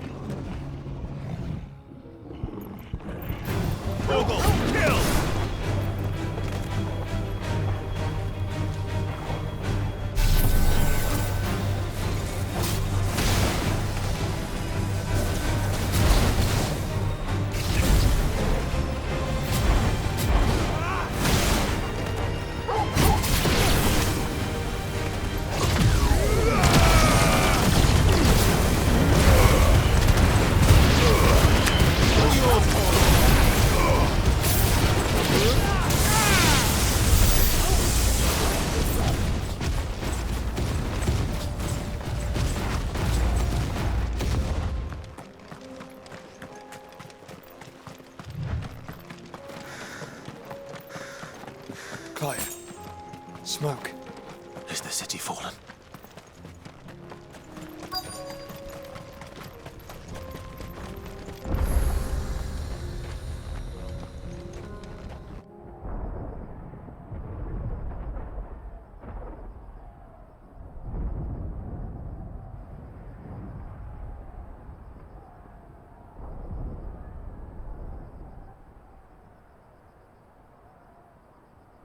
The free men are still holding their own, then. Do we have any idea where Gav and the others might be? There's a warehouse near the docks where we agreed to meet if there was any trouble. We should hurry.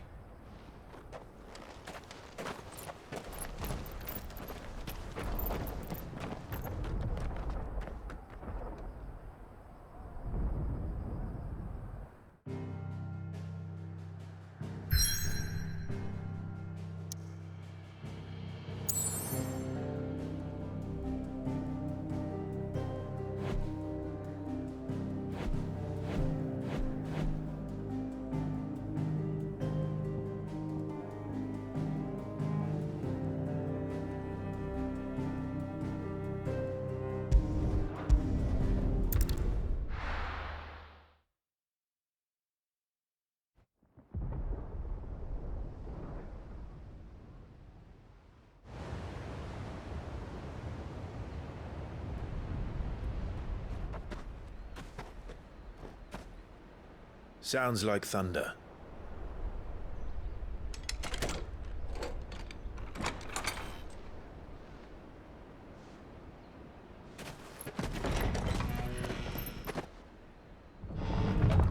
You're late. I was starting to think you'd stumbled off a cliff. I seem to recall that was you, Gav. Good to see you. Any trouble on the road? Nothing we couldn't handle. I knew you'd come. Is that who I think it is? Yes. Allow me to introduce my brother, Joshua. Clive's told me all about you. Or even listening most of the time. Name's Midadol, but everyone calls me Mid. My lady. Hey?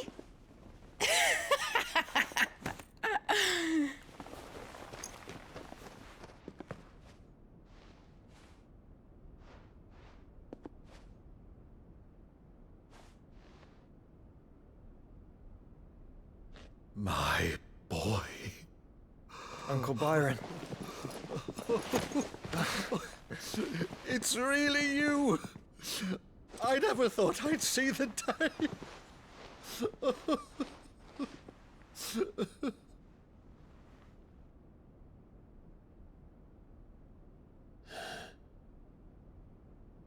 So these Akashic are being controlled? That's what it looked like. Empty eyes, eerie blue glow. No doubt they were turned, but silent as monks, every last one of them. Your man here speaks true, Clive. We saw more than a few in the city. They moved in ranks with a purpose, and not of their own. Ultima's doing. Perhaps. What of the city? The people? Dead, mostly. Mostly, but not all. A handful managed to lock themselves in their villas before the Horde arrived. Some in the Merchants' District to the west, and a few others on the far bank. If the Akashic stumble across either hiding place, a few bolted doors won't hold them for long. We need to find them. And quickly. What do you propose? We split into two parties. I will make for the Merchants' District, while you look to those across the river. Mind keeping an eye on my brother? Not at all. We find the villa and try the servants' entrance. Understood. And what of us? Mid, is she fit to sail? The ship, the Mithril engine could probably do with a few more tweaks. Then you better work fast. Even if we do reach the survivors in time, they'll never make it to the hideaway on foot. You leave that to me. See that Mid doesn't get herself into trouble, would you? Think I can manage that. I'll keep him safe. Looks like you stuck with me, Byron. That's Lord Rossfield, you little gutter snipe!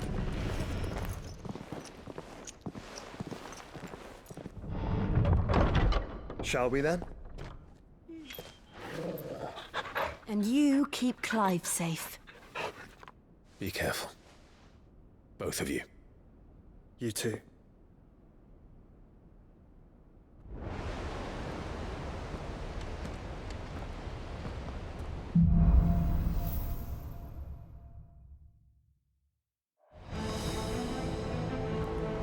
All right, Torgal. Let's find those survivors.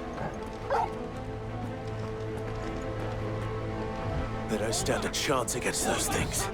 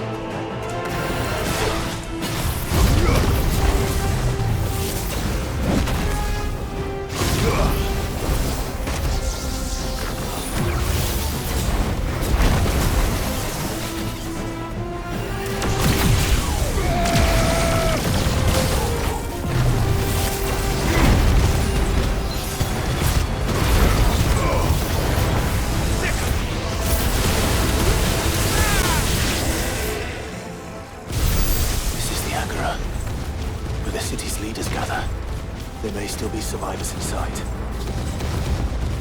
Unless you're all ready.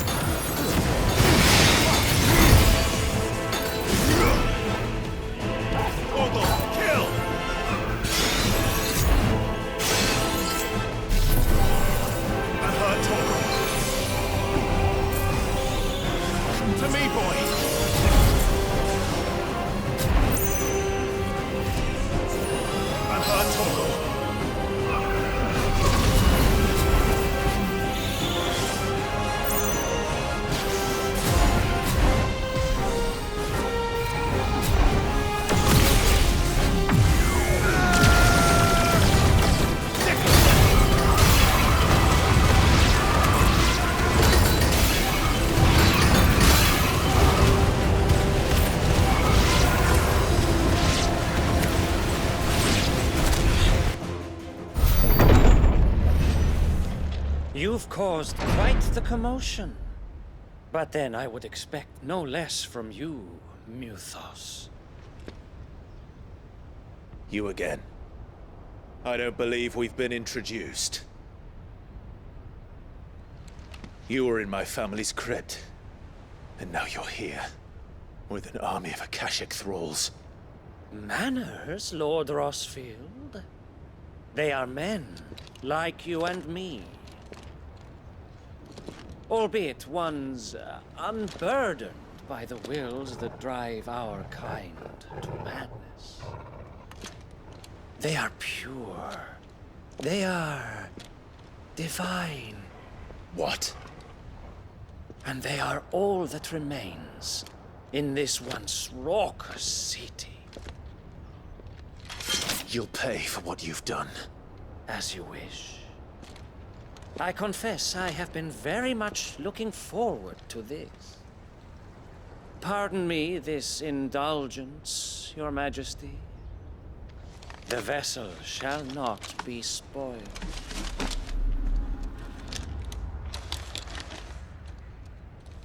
I am Savior of House Harvard, and you will yield. Or not. As long as you don't hold back. This one.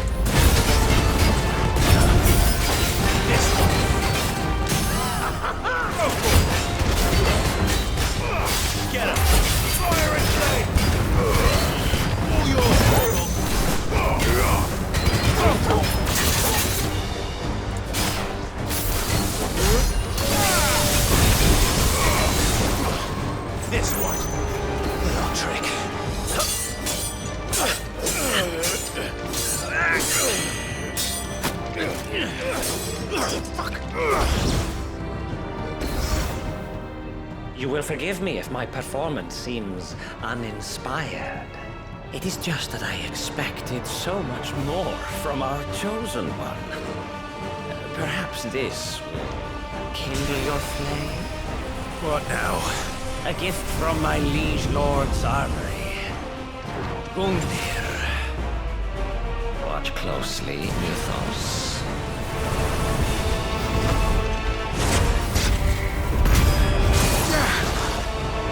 Yes! Yes!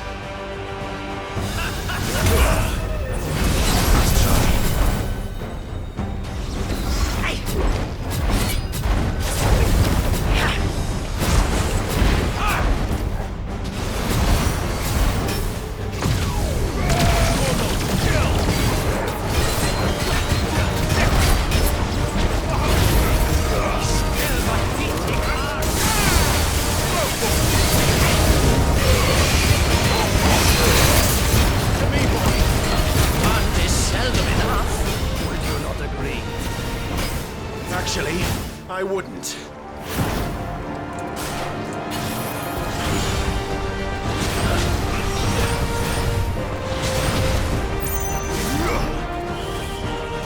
All yours, Torvald. Too slow. There's a nice try.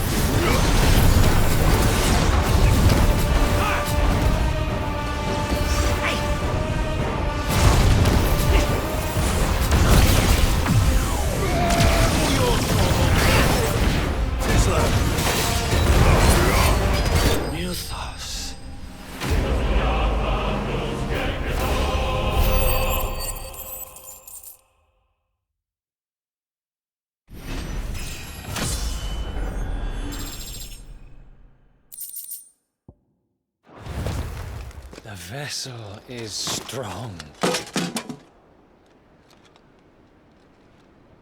My liege.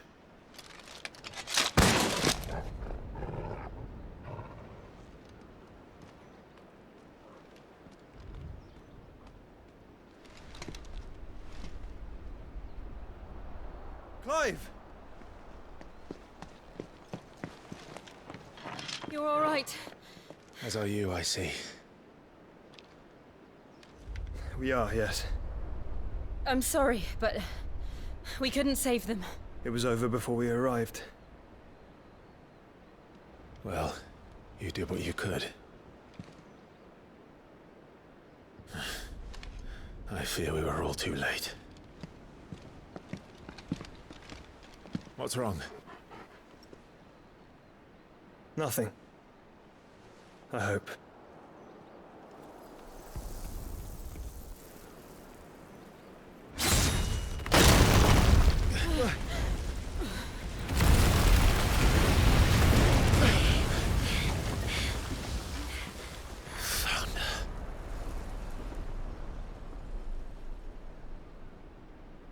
Leaving so soon, Mythos?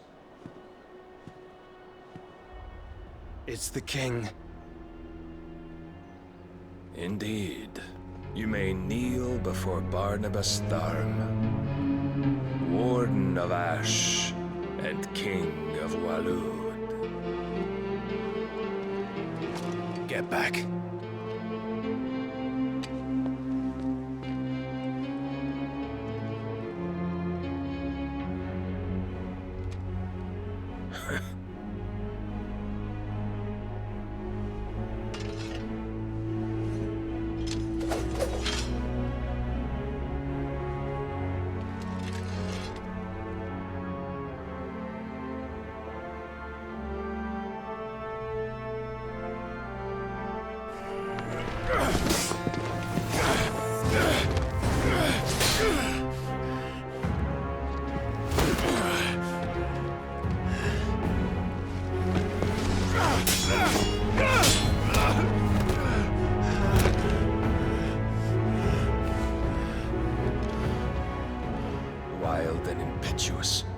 expected more of the boy who bested my Lord Commander.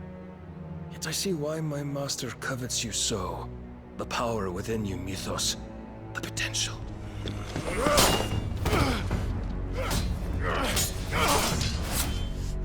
Stop calling me Mythos. But Mythos is everything. The cornerstone of all creation. The Lord's vessel. Your purpose. My purpose? To surrender my mind and body to that thing.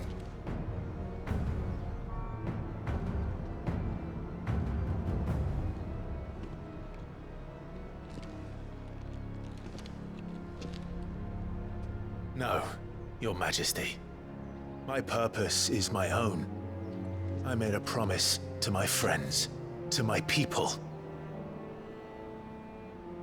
And nothing is going to stand in my way. You would allow this delusion of free will to bar your path to greatness? Truly, your volition is a cancer. One that must be excised.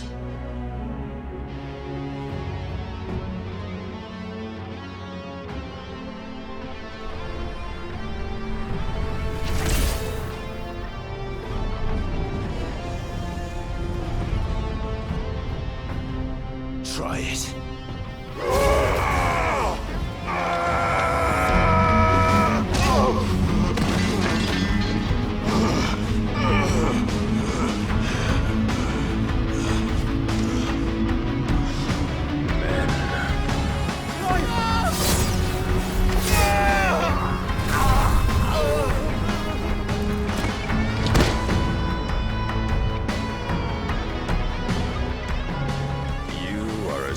As all the rest. Joshua!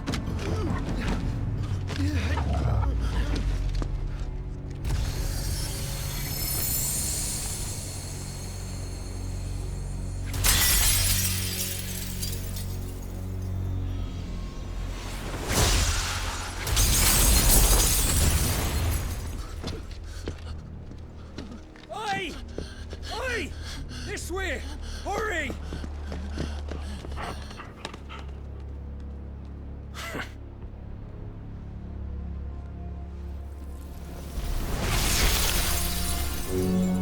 Power beyond reckoning, and they use it as a crutch. Such a waste.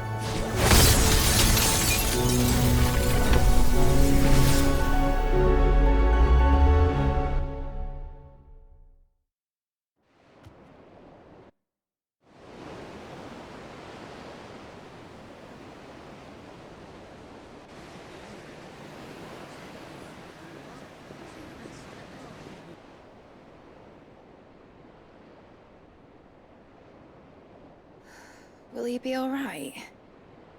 The phoenix can mend flesh, but the spirit must recover on its own. I'm afraid the rest is up to him. This place is remarkable. Outfitting it must have been no small feat. But why go to such trouble? That beauty's belly's filled with wonders the world ain't ready for. If the guilds caught wind of what we were up to, they'd all want a piece. All right? And how is he? Do not blame yourself. He was barely breathing when you brought him here. We would have lost him if it were not for you. No. Barnabas may have severed nigh every sinew in my brother's body. But he made certain the wounds were not fatal. Nigh every sinew? Allow me, your lordship. Don't know what I was thinking, putting you to the trouble like that. 'Tis no trouble carrying comestibles to my ailing nephew. I know, but you've already done so much for us. Pouring your gil into the hideaway and now the ship. I don't want to take the piss. You risked your life. And for what? Some girl you hardly know. Why'd you do it? You not mad or something? I wouldn't go that far. Clive! You're awake, my boy. Oh. All I want to do is help. And the world won't save itself. It was Sid. Your father, who taught me that. Sounds like him. Don't you dare do that again. What of the Royalists? Fucked off, the lot of them, along with the galleon. With the king on board, no doubt. The Iron Hair wouldn't sail without him. Clive. Jill didn't come back. What do you mean? She kept the king busy while the others dragged you out. It's all right, Mid. Jill is fine. The ether of her icon endures. And as long as it does, we can be certain she is alive.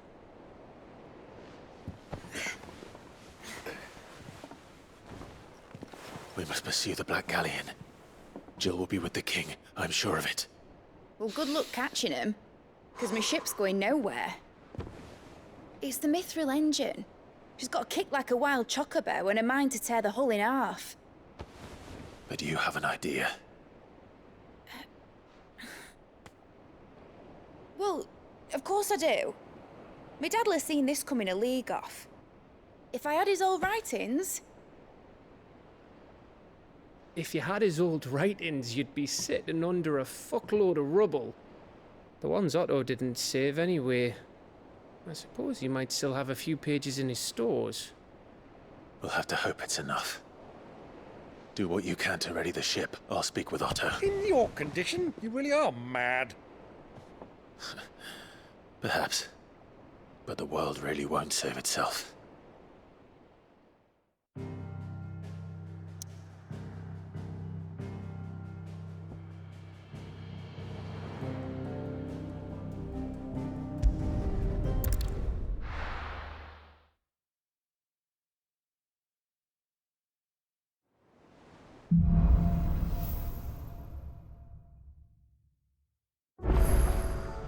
Right. Gav said that Otto might know something. Cole said it was an army of Akashic. What will happen to me? How are we supposed to do our duty when the hills are crawling with Akashic and the valleys are full of ether? Oh, indeed. Clive? But if you're here, where the hell is everyone else? Don't tell me. They're all right. But it's a long story.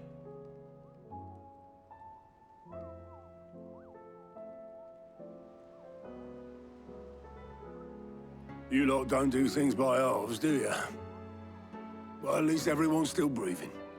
Now, as for these writings, I'm sorry to say, Clive, but if you had those, you'd be...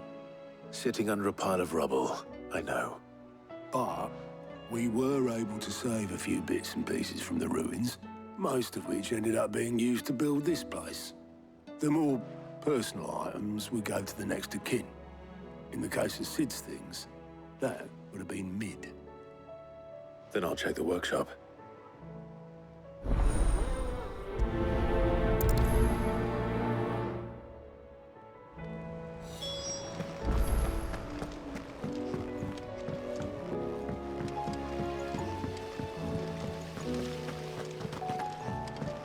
It says here that once turned, an Akashic is forever lost.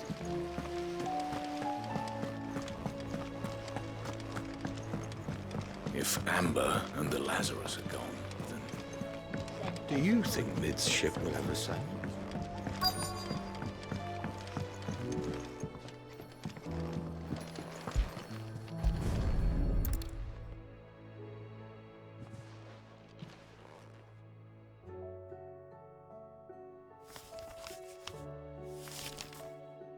This looks like it's from Sid's old diary.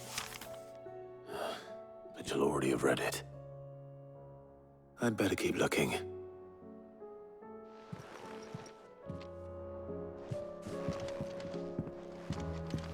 We've had no word from Amber for days. That's it then. Please tell me Mid is I'm all right. buggered.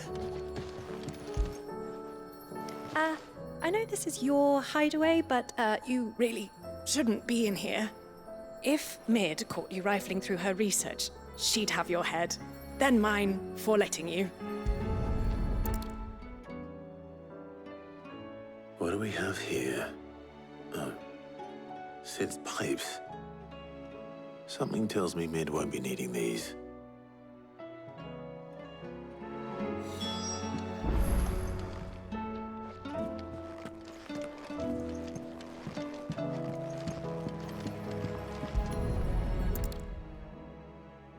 I remember seeing this doll in Sid's cellar. I wonder if it was Mid's.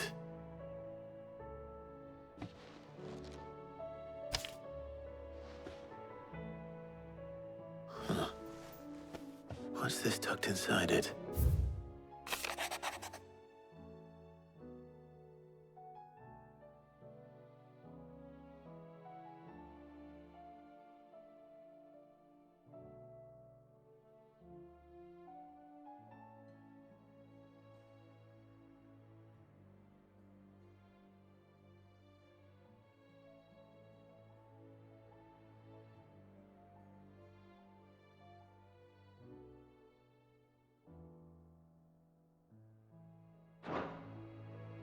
Sid's best invention. Huh. That sounds promising. So Sid hid something in Mid's first opus. But what would that be? Perhaps Otto might know.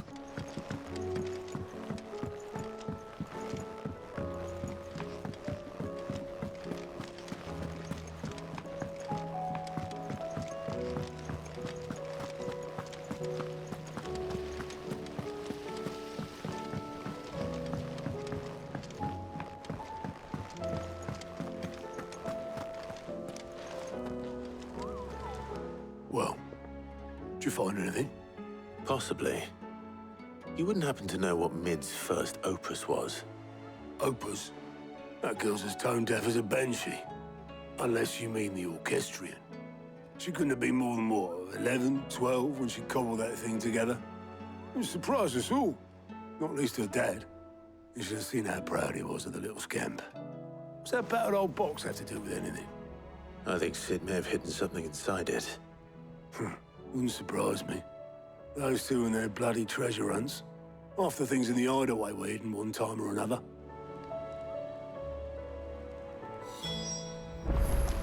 How are we supposed to do our duty when the hills are crawling with a cache and the valleys are full of ether?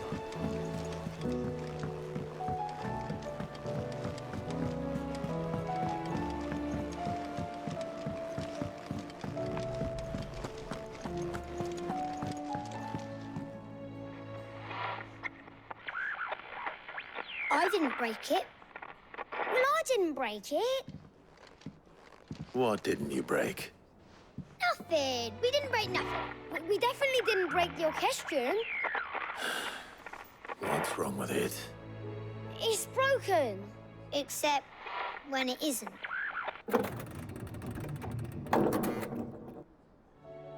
See? And you had nothing to do with this? Nope, nothing. We just wanted to listen to all the songs at once. So we pressed all the buttons. Like this.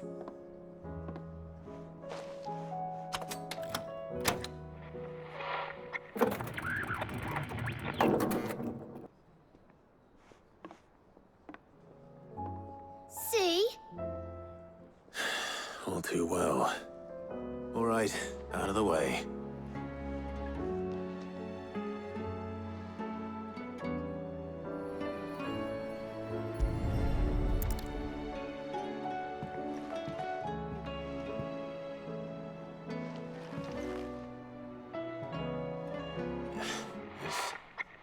Something caught on one of the gears.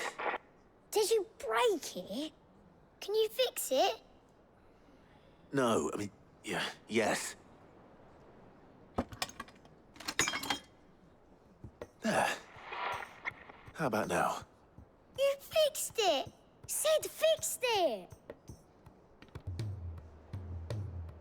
He more than fixed it! Yeah, new music!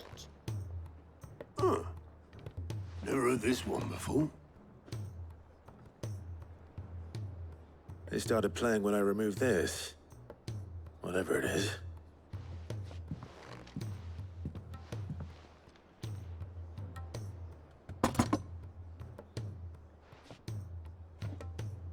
Well, don't look at me. I can tell you it's important, though. Sid showed it to me once and said as much. Said it was the stuff dreams were made of. Let's just hope it's the stuff ships are made of as well. Indeed. Let's see if we can make some dreams come true.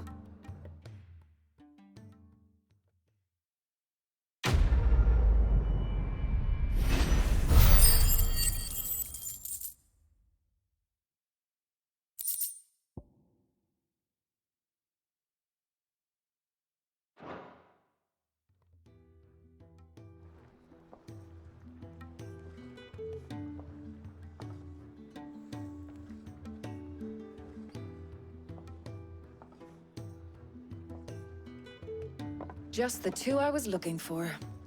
Aye. Who's a patient? Actually, yes. The Crown Prince just left. Dion left?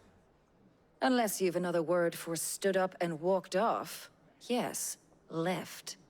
He did have the decency to leave a message with Obelisk before commandeering one of his dinghies. Should we go after him? No. We're not the Prince's keepers. He's free to do as he sees fit. I'd rather he did so in bed. His wounds are nowhere near healed. Much like yours, I suspect. Otto told me what happened in Canver. What is it with this realm's princes and their aversion to rest? Ask me when I get back. Though I may be sometime.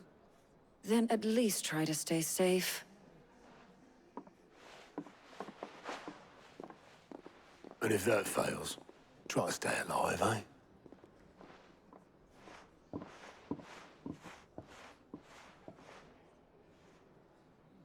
Every moment I waste here, the further the flagship sails.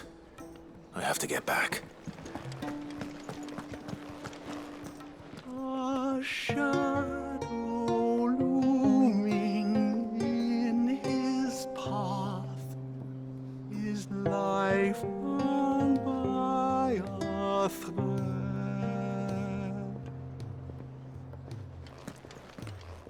Yet still he clung.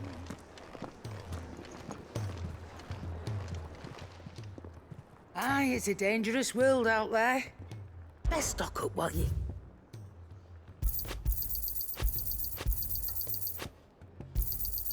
You'll not find a better price than that. And be thankful you got that much.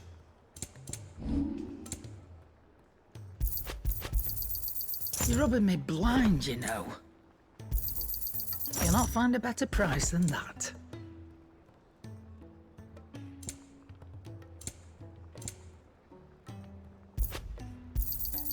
It'd better all be here. You're rubbing me blind, you know. It'd better all be here.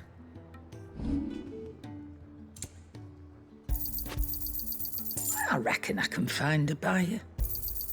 You got out else?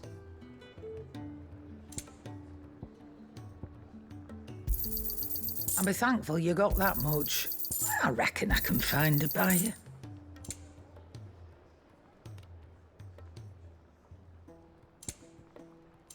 Finished, are you?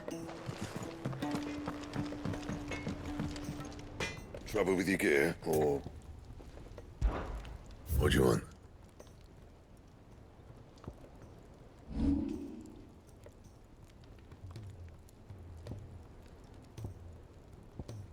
Bring me the materials, and I'll think about it. Not my best work, but it'll do.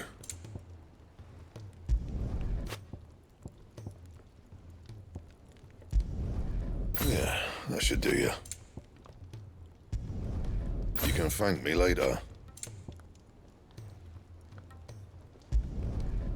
Yeah, that should do you.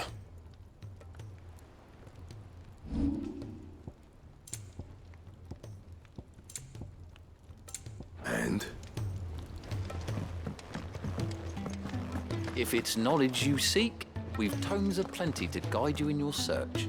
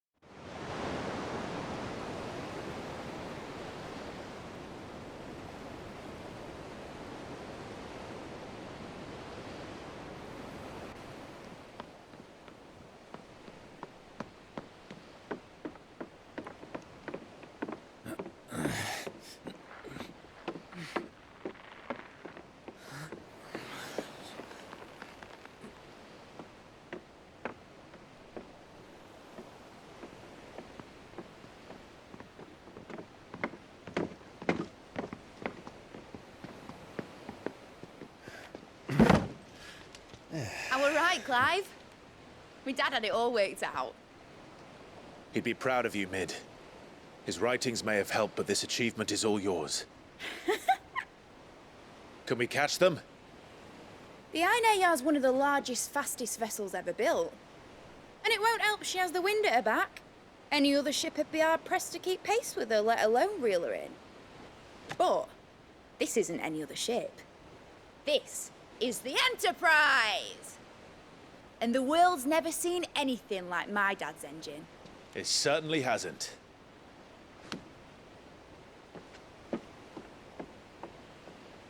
Clive, what do you know of Barnabas Tharm? Only what the bards sing. That he sailed to Ash from southern lands. That it was his mastery of the blade which won him the throne. And that his sword, Odin's sword, can sever the very threads of creation. But don't lose any sleep over a last tilt. We'll do what we must to survive. What we must. The light! I thought this cove was meant to be hidden.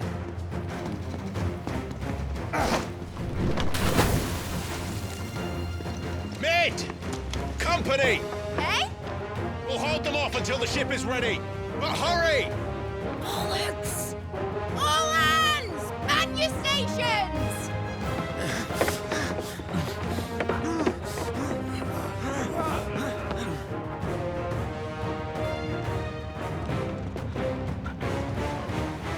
Everyone with me?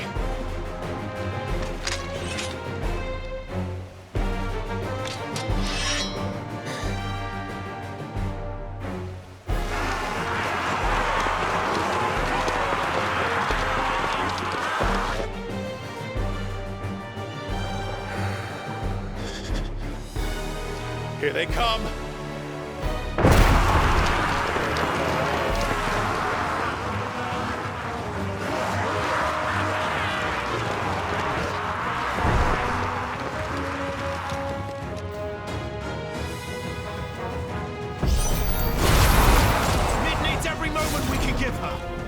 Behind me, Lord Rosfield. I'll take care of these fuckers. Behind you? I'll have you know, Earthbreaker here. One struck fear into the heart of every man in the cliff. No, Corporal!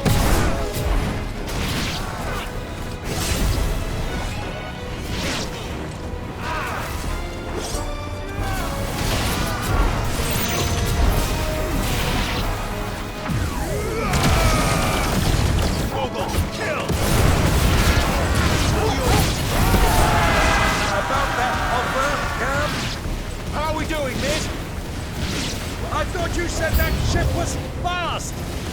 Yeah! What are you doing for that next time? So if you manage to give in to the push, you ain't the old sack of shite. Old? I haven't house alive in 20 summers. Come on, then! Which of you lot fancies meeting Ogre Killer Nuts?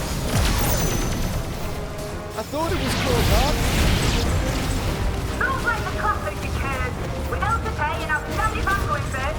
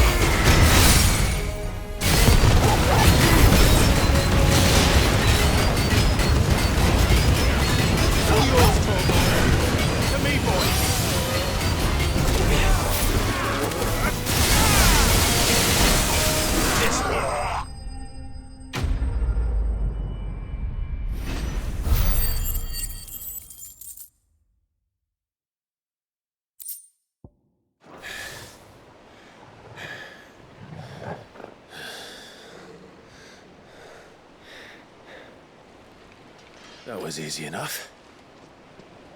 All right, you lousy lot. Get your asses on board. She's ready to sail. You heard the captain.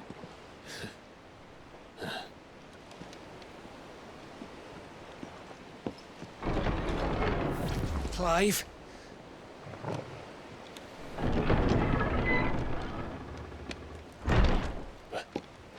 But I thought he was... Confounded. Then it is as I feared.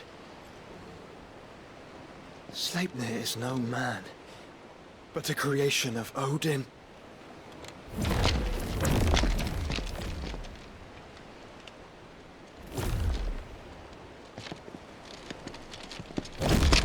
Phoenix's fiery fundament.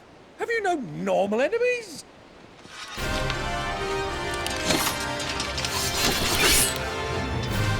For another round? Of course we are. Right, Lord Rossfield? My boy, there was a time people called me the Executioner. Or was it my axe? No matter, heads will roll all the same. Mate! New plan! You leave! We follow! Follow? Swimming, are you? Oh, bugger me! Weigh anchor! Engine's dead slow ahead!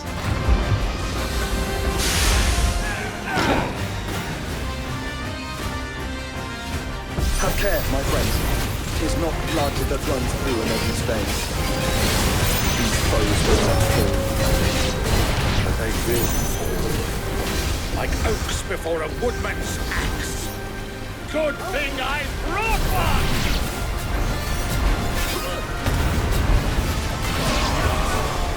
How long are we meant to keep this up?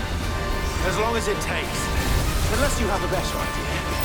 Well, I've already killed at least 5 of the bastards. Fuck it. Let's do the lot. You're finished.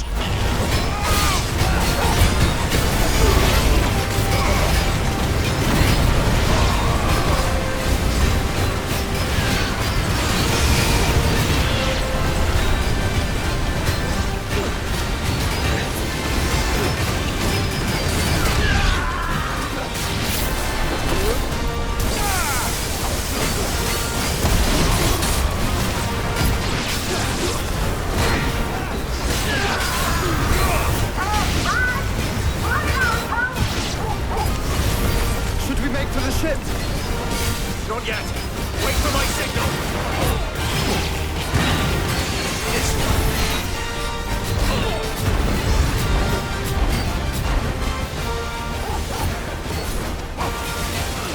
Google, kill!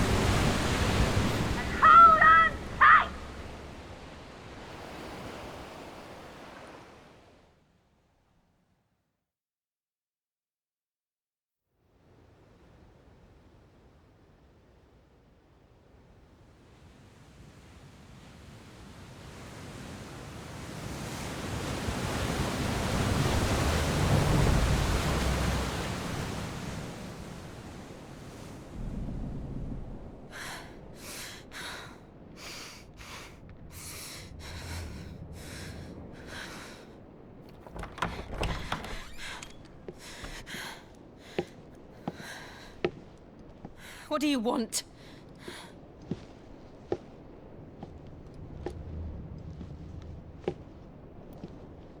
That's quite a mess you've made. And wholly unnecessary. You are my offering to Mythos. I would not see you damaged.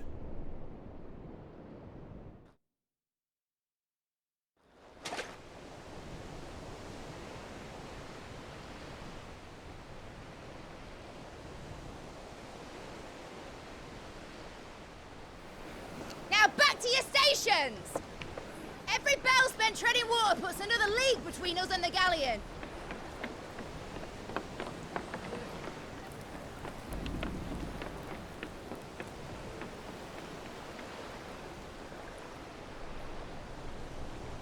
I don't suppose Mid has a spare engine?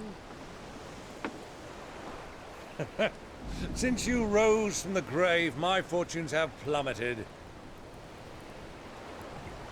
Are you absolutely certain of this quest of yours, Clive? The foes you face are as terrible as they are numerous. Aye. And they'd have us live and die on their terms, which should answer your question. Ha! You have that same stubborn look as your father did when he set his mind to something. On the battlefield, I am but a single axe. A deadly one, mind, but a single one nonetheless. Yet what you require is 1,000, and I believe my old friend in Brandalar can provide them. Take care, Clive. I have many more tales of your father's exploits to share. And I cannot very well do that if you're dead. Again.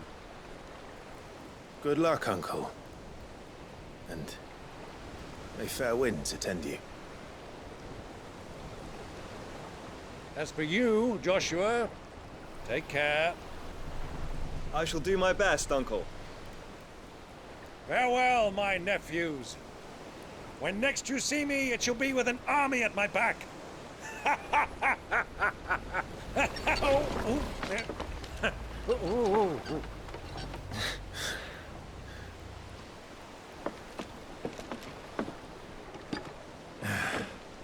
Cheerio!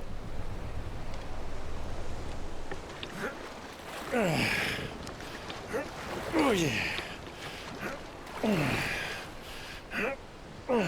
Do keep up, my boy.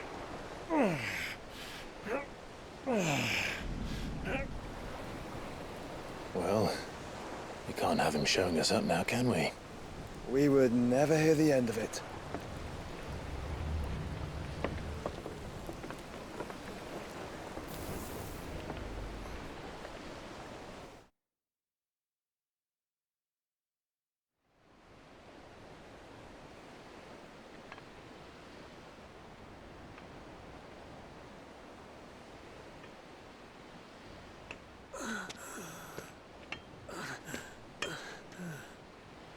Great God of mercy.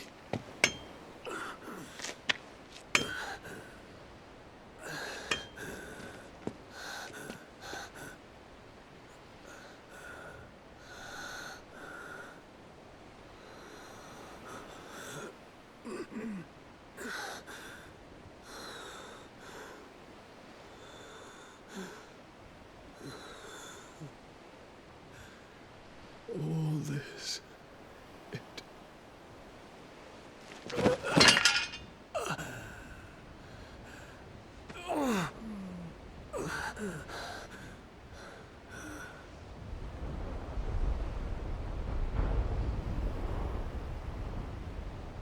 What have I done?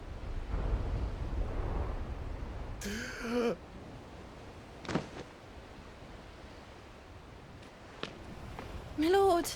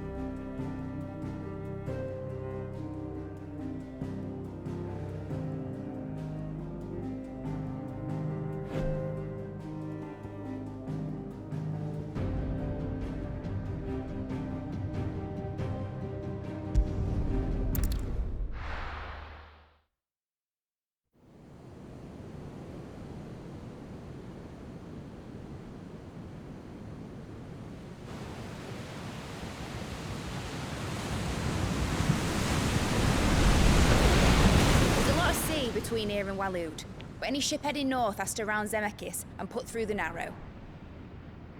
Maintain our current bearing north-northeast, and we'll catch the Black Galleon before she vanishes again.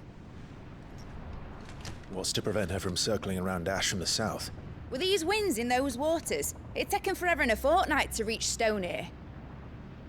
Mid knows what she's talking about, Clive. Better than any of us lot, anyway. I say we do as she tells. Sails on the horizon. She's ours.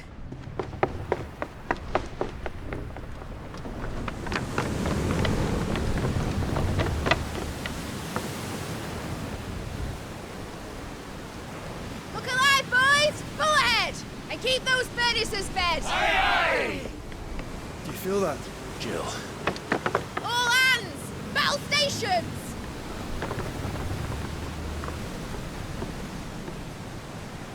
Let's see what this girl can do.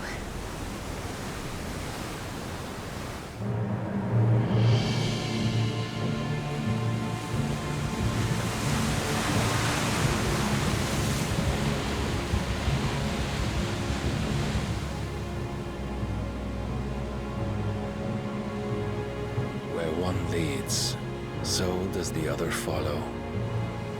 The bond of consciousness which joins them condemning both to the same fate. Yet my every attempt to strike it from their hearts serves only to tighten its hold.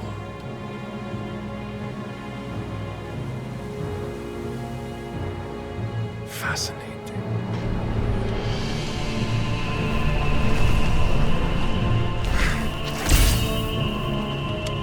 But then, there is naught my blade cannot sever.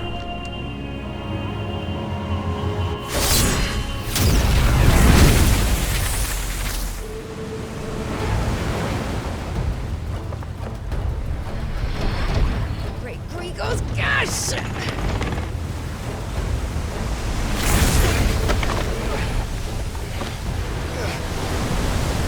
Barnabas. Hard port! Heads down, you brutes! And brace for impact!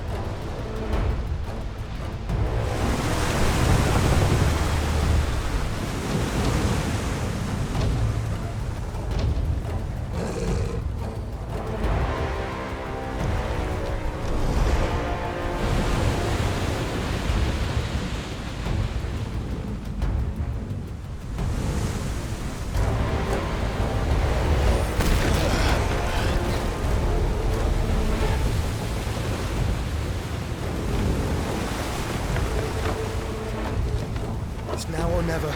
I'll find her.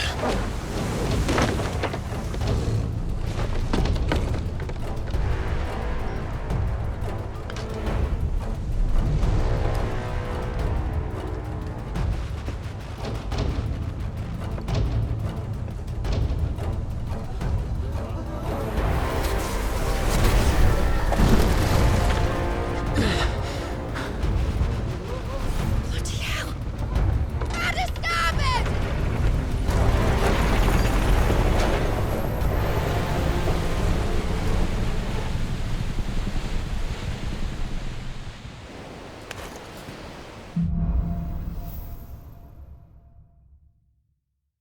Where did you hide her, Barnabas?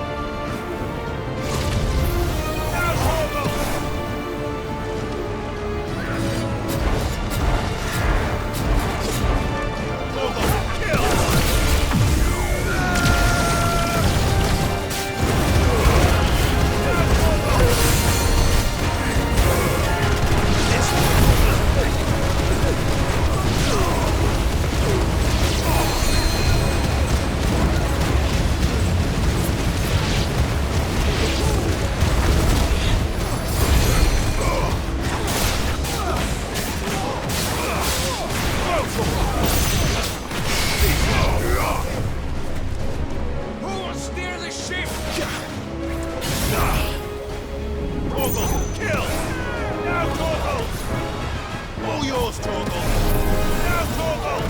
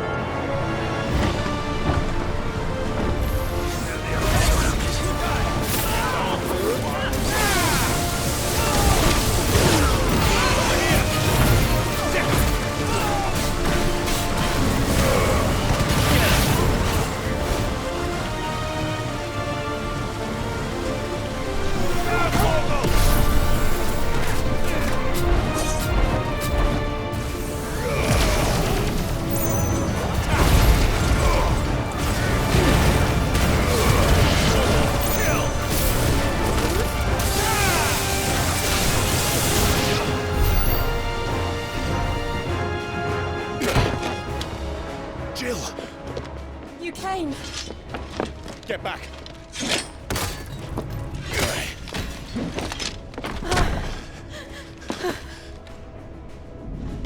Clive, how did you... I'll explain later. Hands!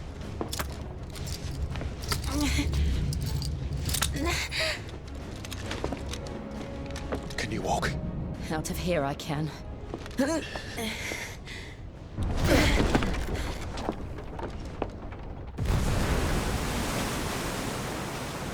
Stand still! Phoenix, are you not the dominant of fire? I see naught before me but a guttering flame.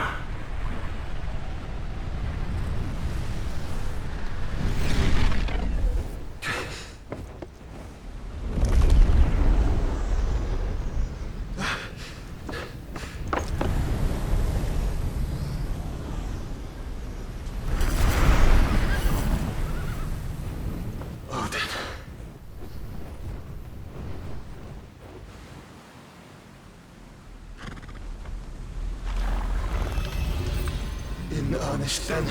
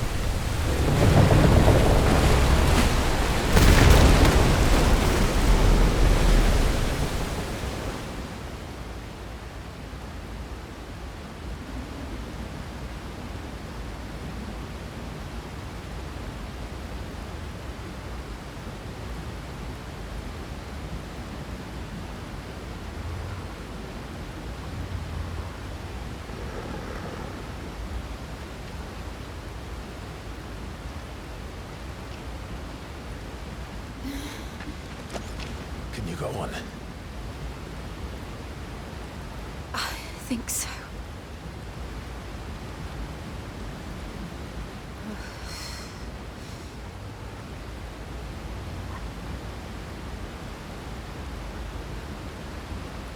But to where?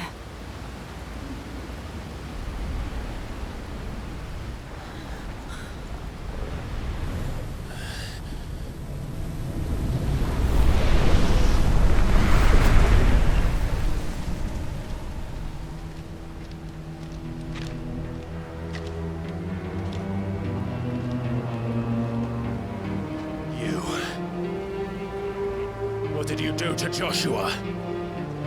The Phoenix? Oh, I expect he will survive. This consciousness in which you coil your feeble souls is grown thick with desperation. And thus has my master turned to my blade.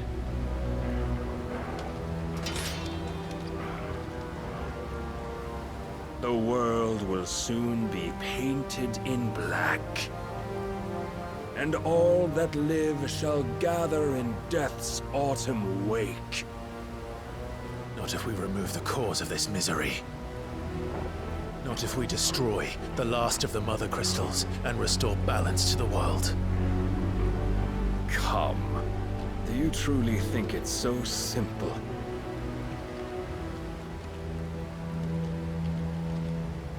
The Blight is inevitable.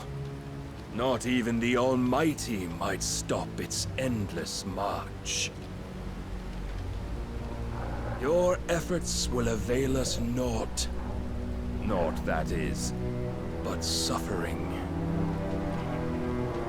You must embrace the truth, Mythos. Accept your place with the Lord. Keep it. As long as there's a chance, there's a choice. Ever led astray by your blind resolve.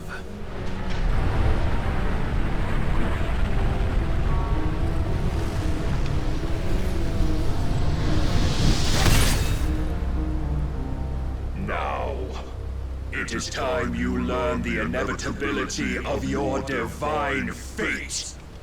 However much it may hurt. Get as far away as you can. Clive, no. Trust me, Jill.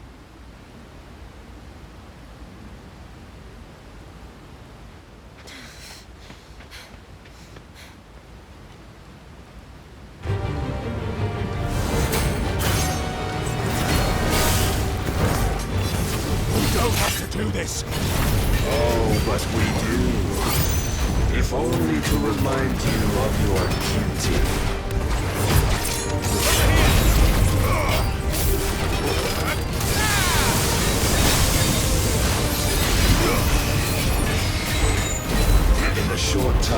Since our last meeting, you have grown much. Yet as a vessel, I fear my lord will still find you lacking.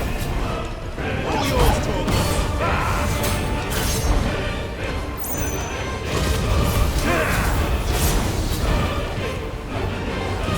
all this fire and fury, and for what? Stopping the light. A foolish notion fed to you by a foolish man. How dare you? You know naught of this world or of our place in it. If our fates were so easily rewritten, we would all be gods. I have seen enough. If reason cannot sway you, there are other means of persuasion that might.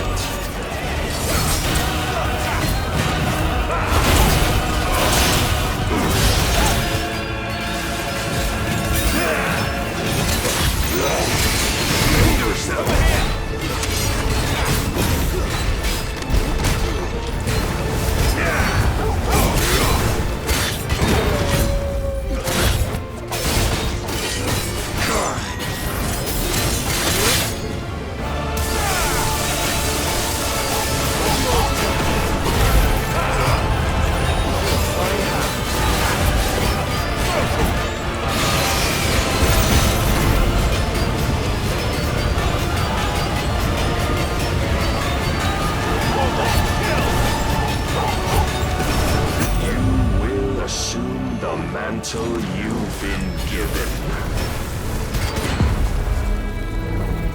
And thus is the light of hope severed.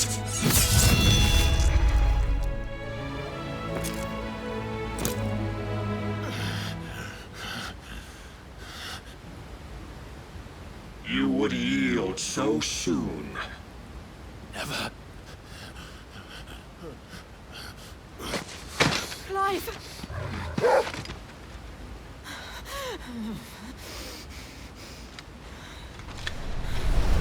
Do you not see? Your iron will weighs you down, dragging you ever further from your purpose. And what is my purpose? Mythos. Who are we? What are the dominants? The breath of the Creator still warm on our lips. We carry his light that we might guide the masses in his name. We are but mighty acts of God. We are more than that. You would be nothing without what he has granted you. The power we wield is his, and yet every time we draw upon it, it wears away at our very being. It breaks us. It unmakes us, that its immaculate aspect might reveal itself. The icon. It is too much for even his chosen few. Apart from you, Mythos, you wield the might of many, yet your body does not answer for its avarice. What are you saying? What I am saying is that we dominants are a means to an end. We were created for you, that you might drink deep of our strength and thereby fulfill your divine purpose. Which is? To feed. As you would know, could you only look beyond the walls of your prison of self-regard. As long as you choose to ignore this, you shall never penetrate my defenses. Still, you may take solace in the fact that you are not alone in your plight. The chains of volition shackle all of mankind, but there is yet cause to rejoice. For the Lord, in his mercy, has taken pity on his flawed creations, and shall see them restored to their proper forms. And what exactly would that be? Why, loyal servants to God. No. manners, Lord Rossfield. They are men, like you and me. Albeit one's unburdened by the wills that drive our kind to madness. They are pure. They are divine. You mean to turn everyone Akashic? Not turn, Mythos. Turn back. For too long has mankind been led astray by their clamorous wills. It is time they return to a world of quiet equality, where they might once more know salvation. Salvation! And abandon everything we hold dear! We don't need your salvation. We'll save ourselves, and we'll do it on our own terms. Not yours, and not your gods! With every defiant expression of your will, the tighter the chains of consciousness become. But perhaps that fact may be put to use.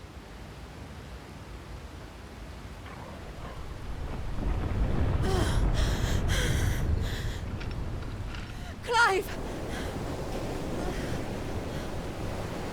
The faster it binds you to the remaining dominance, the stronger your hunger will become. Until it leads you back to the only answer there ever was. Mayhap not by the path my master intended, but back all the same.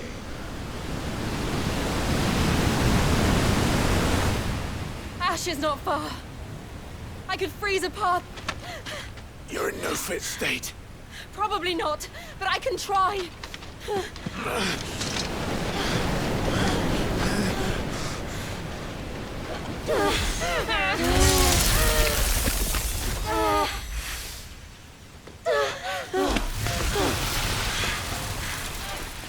Don't look back!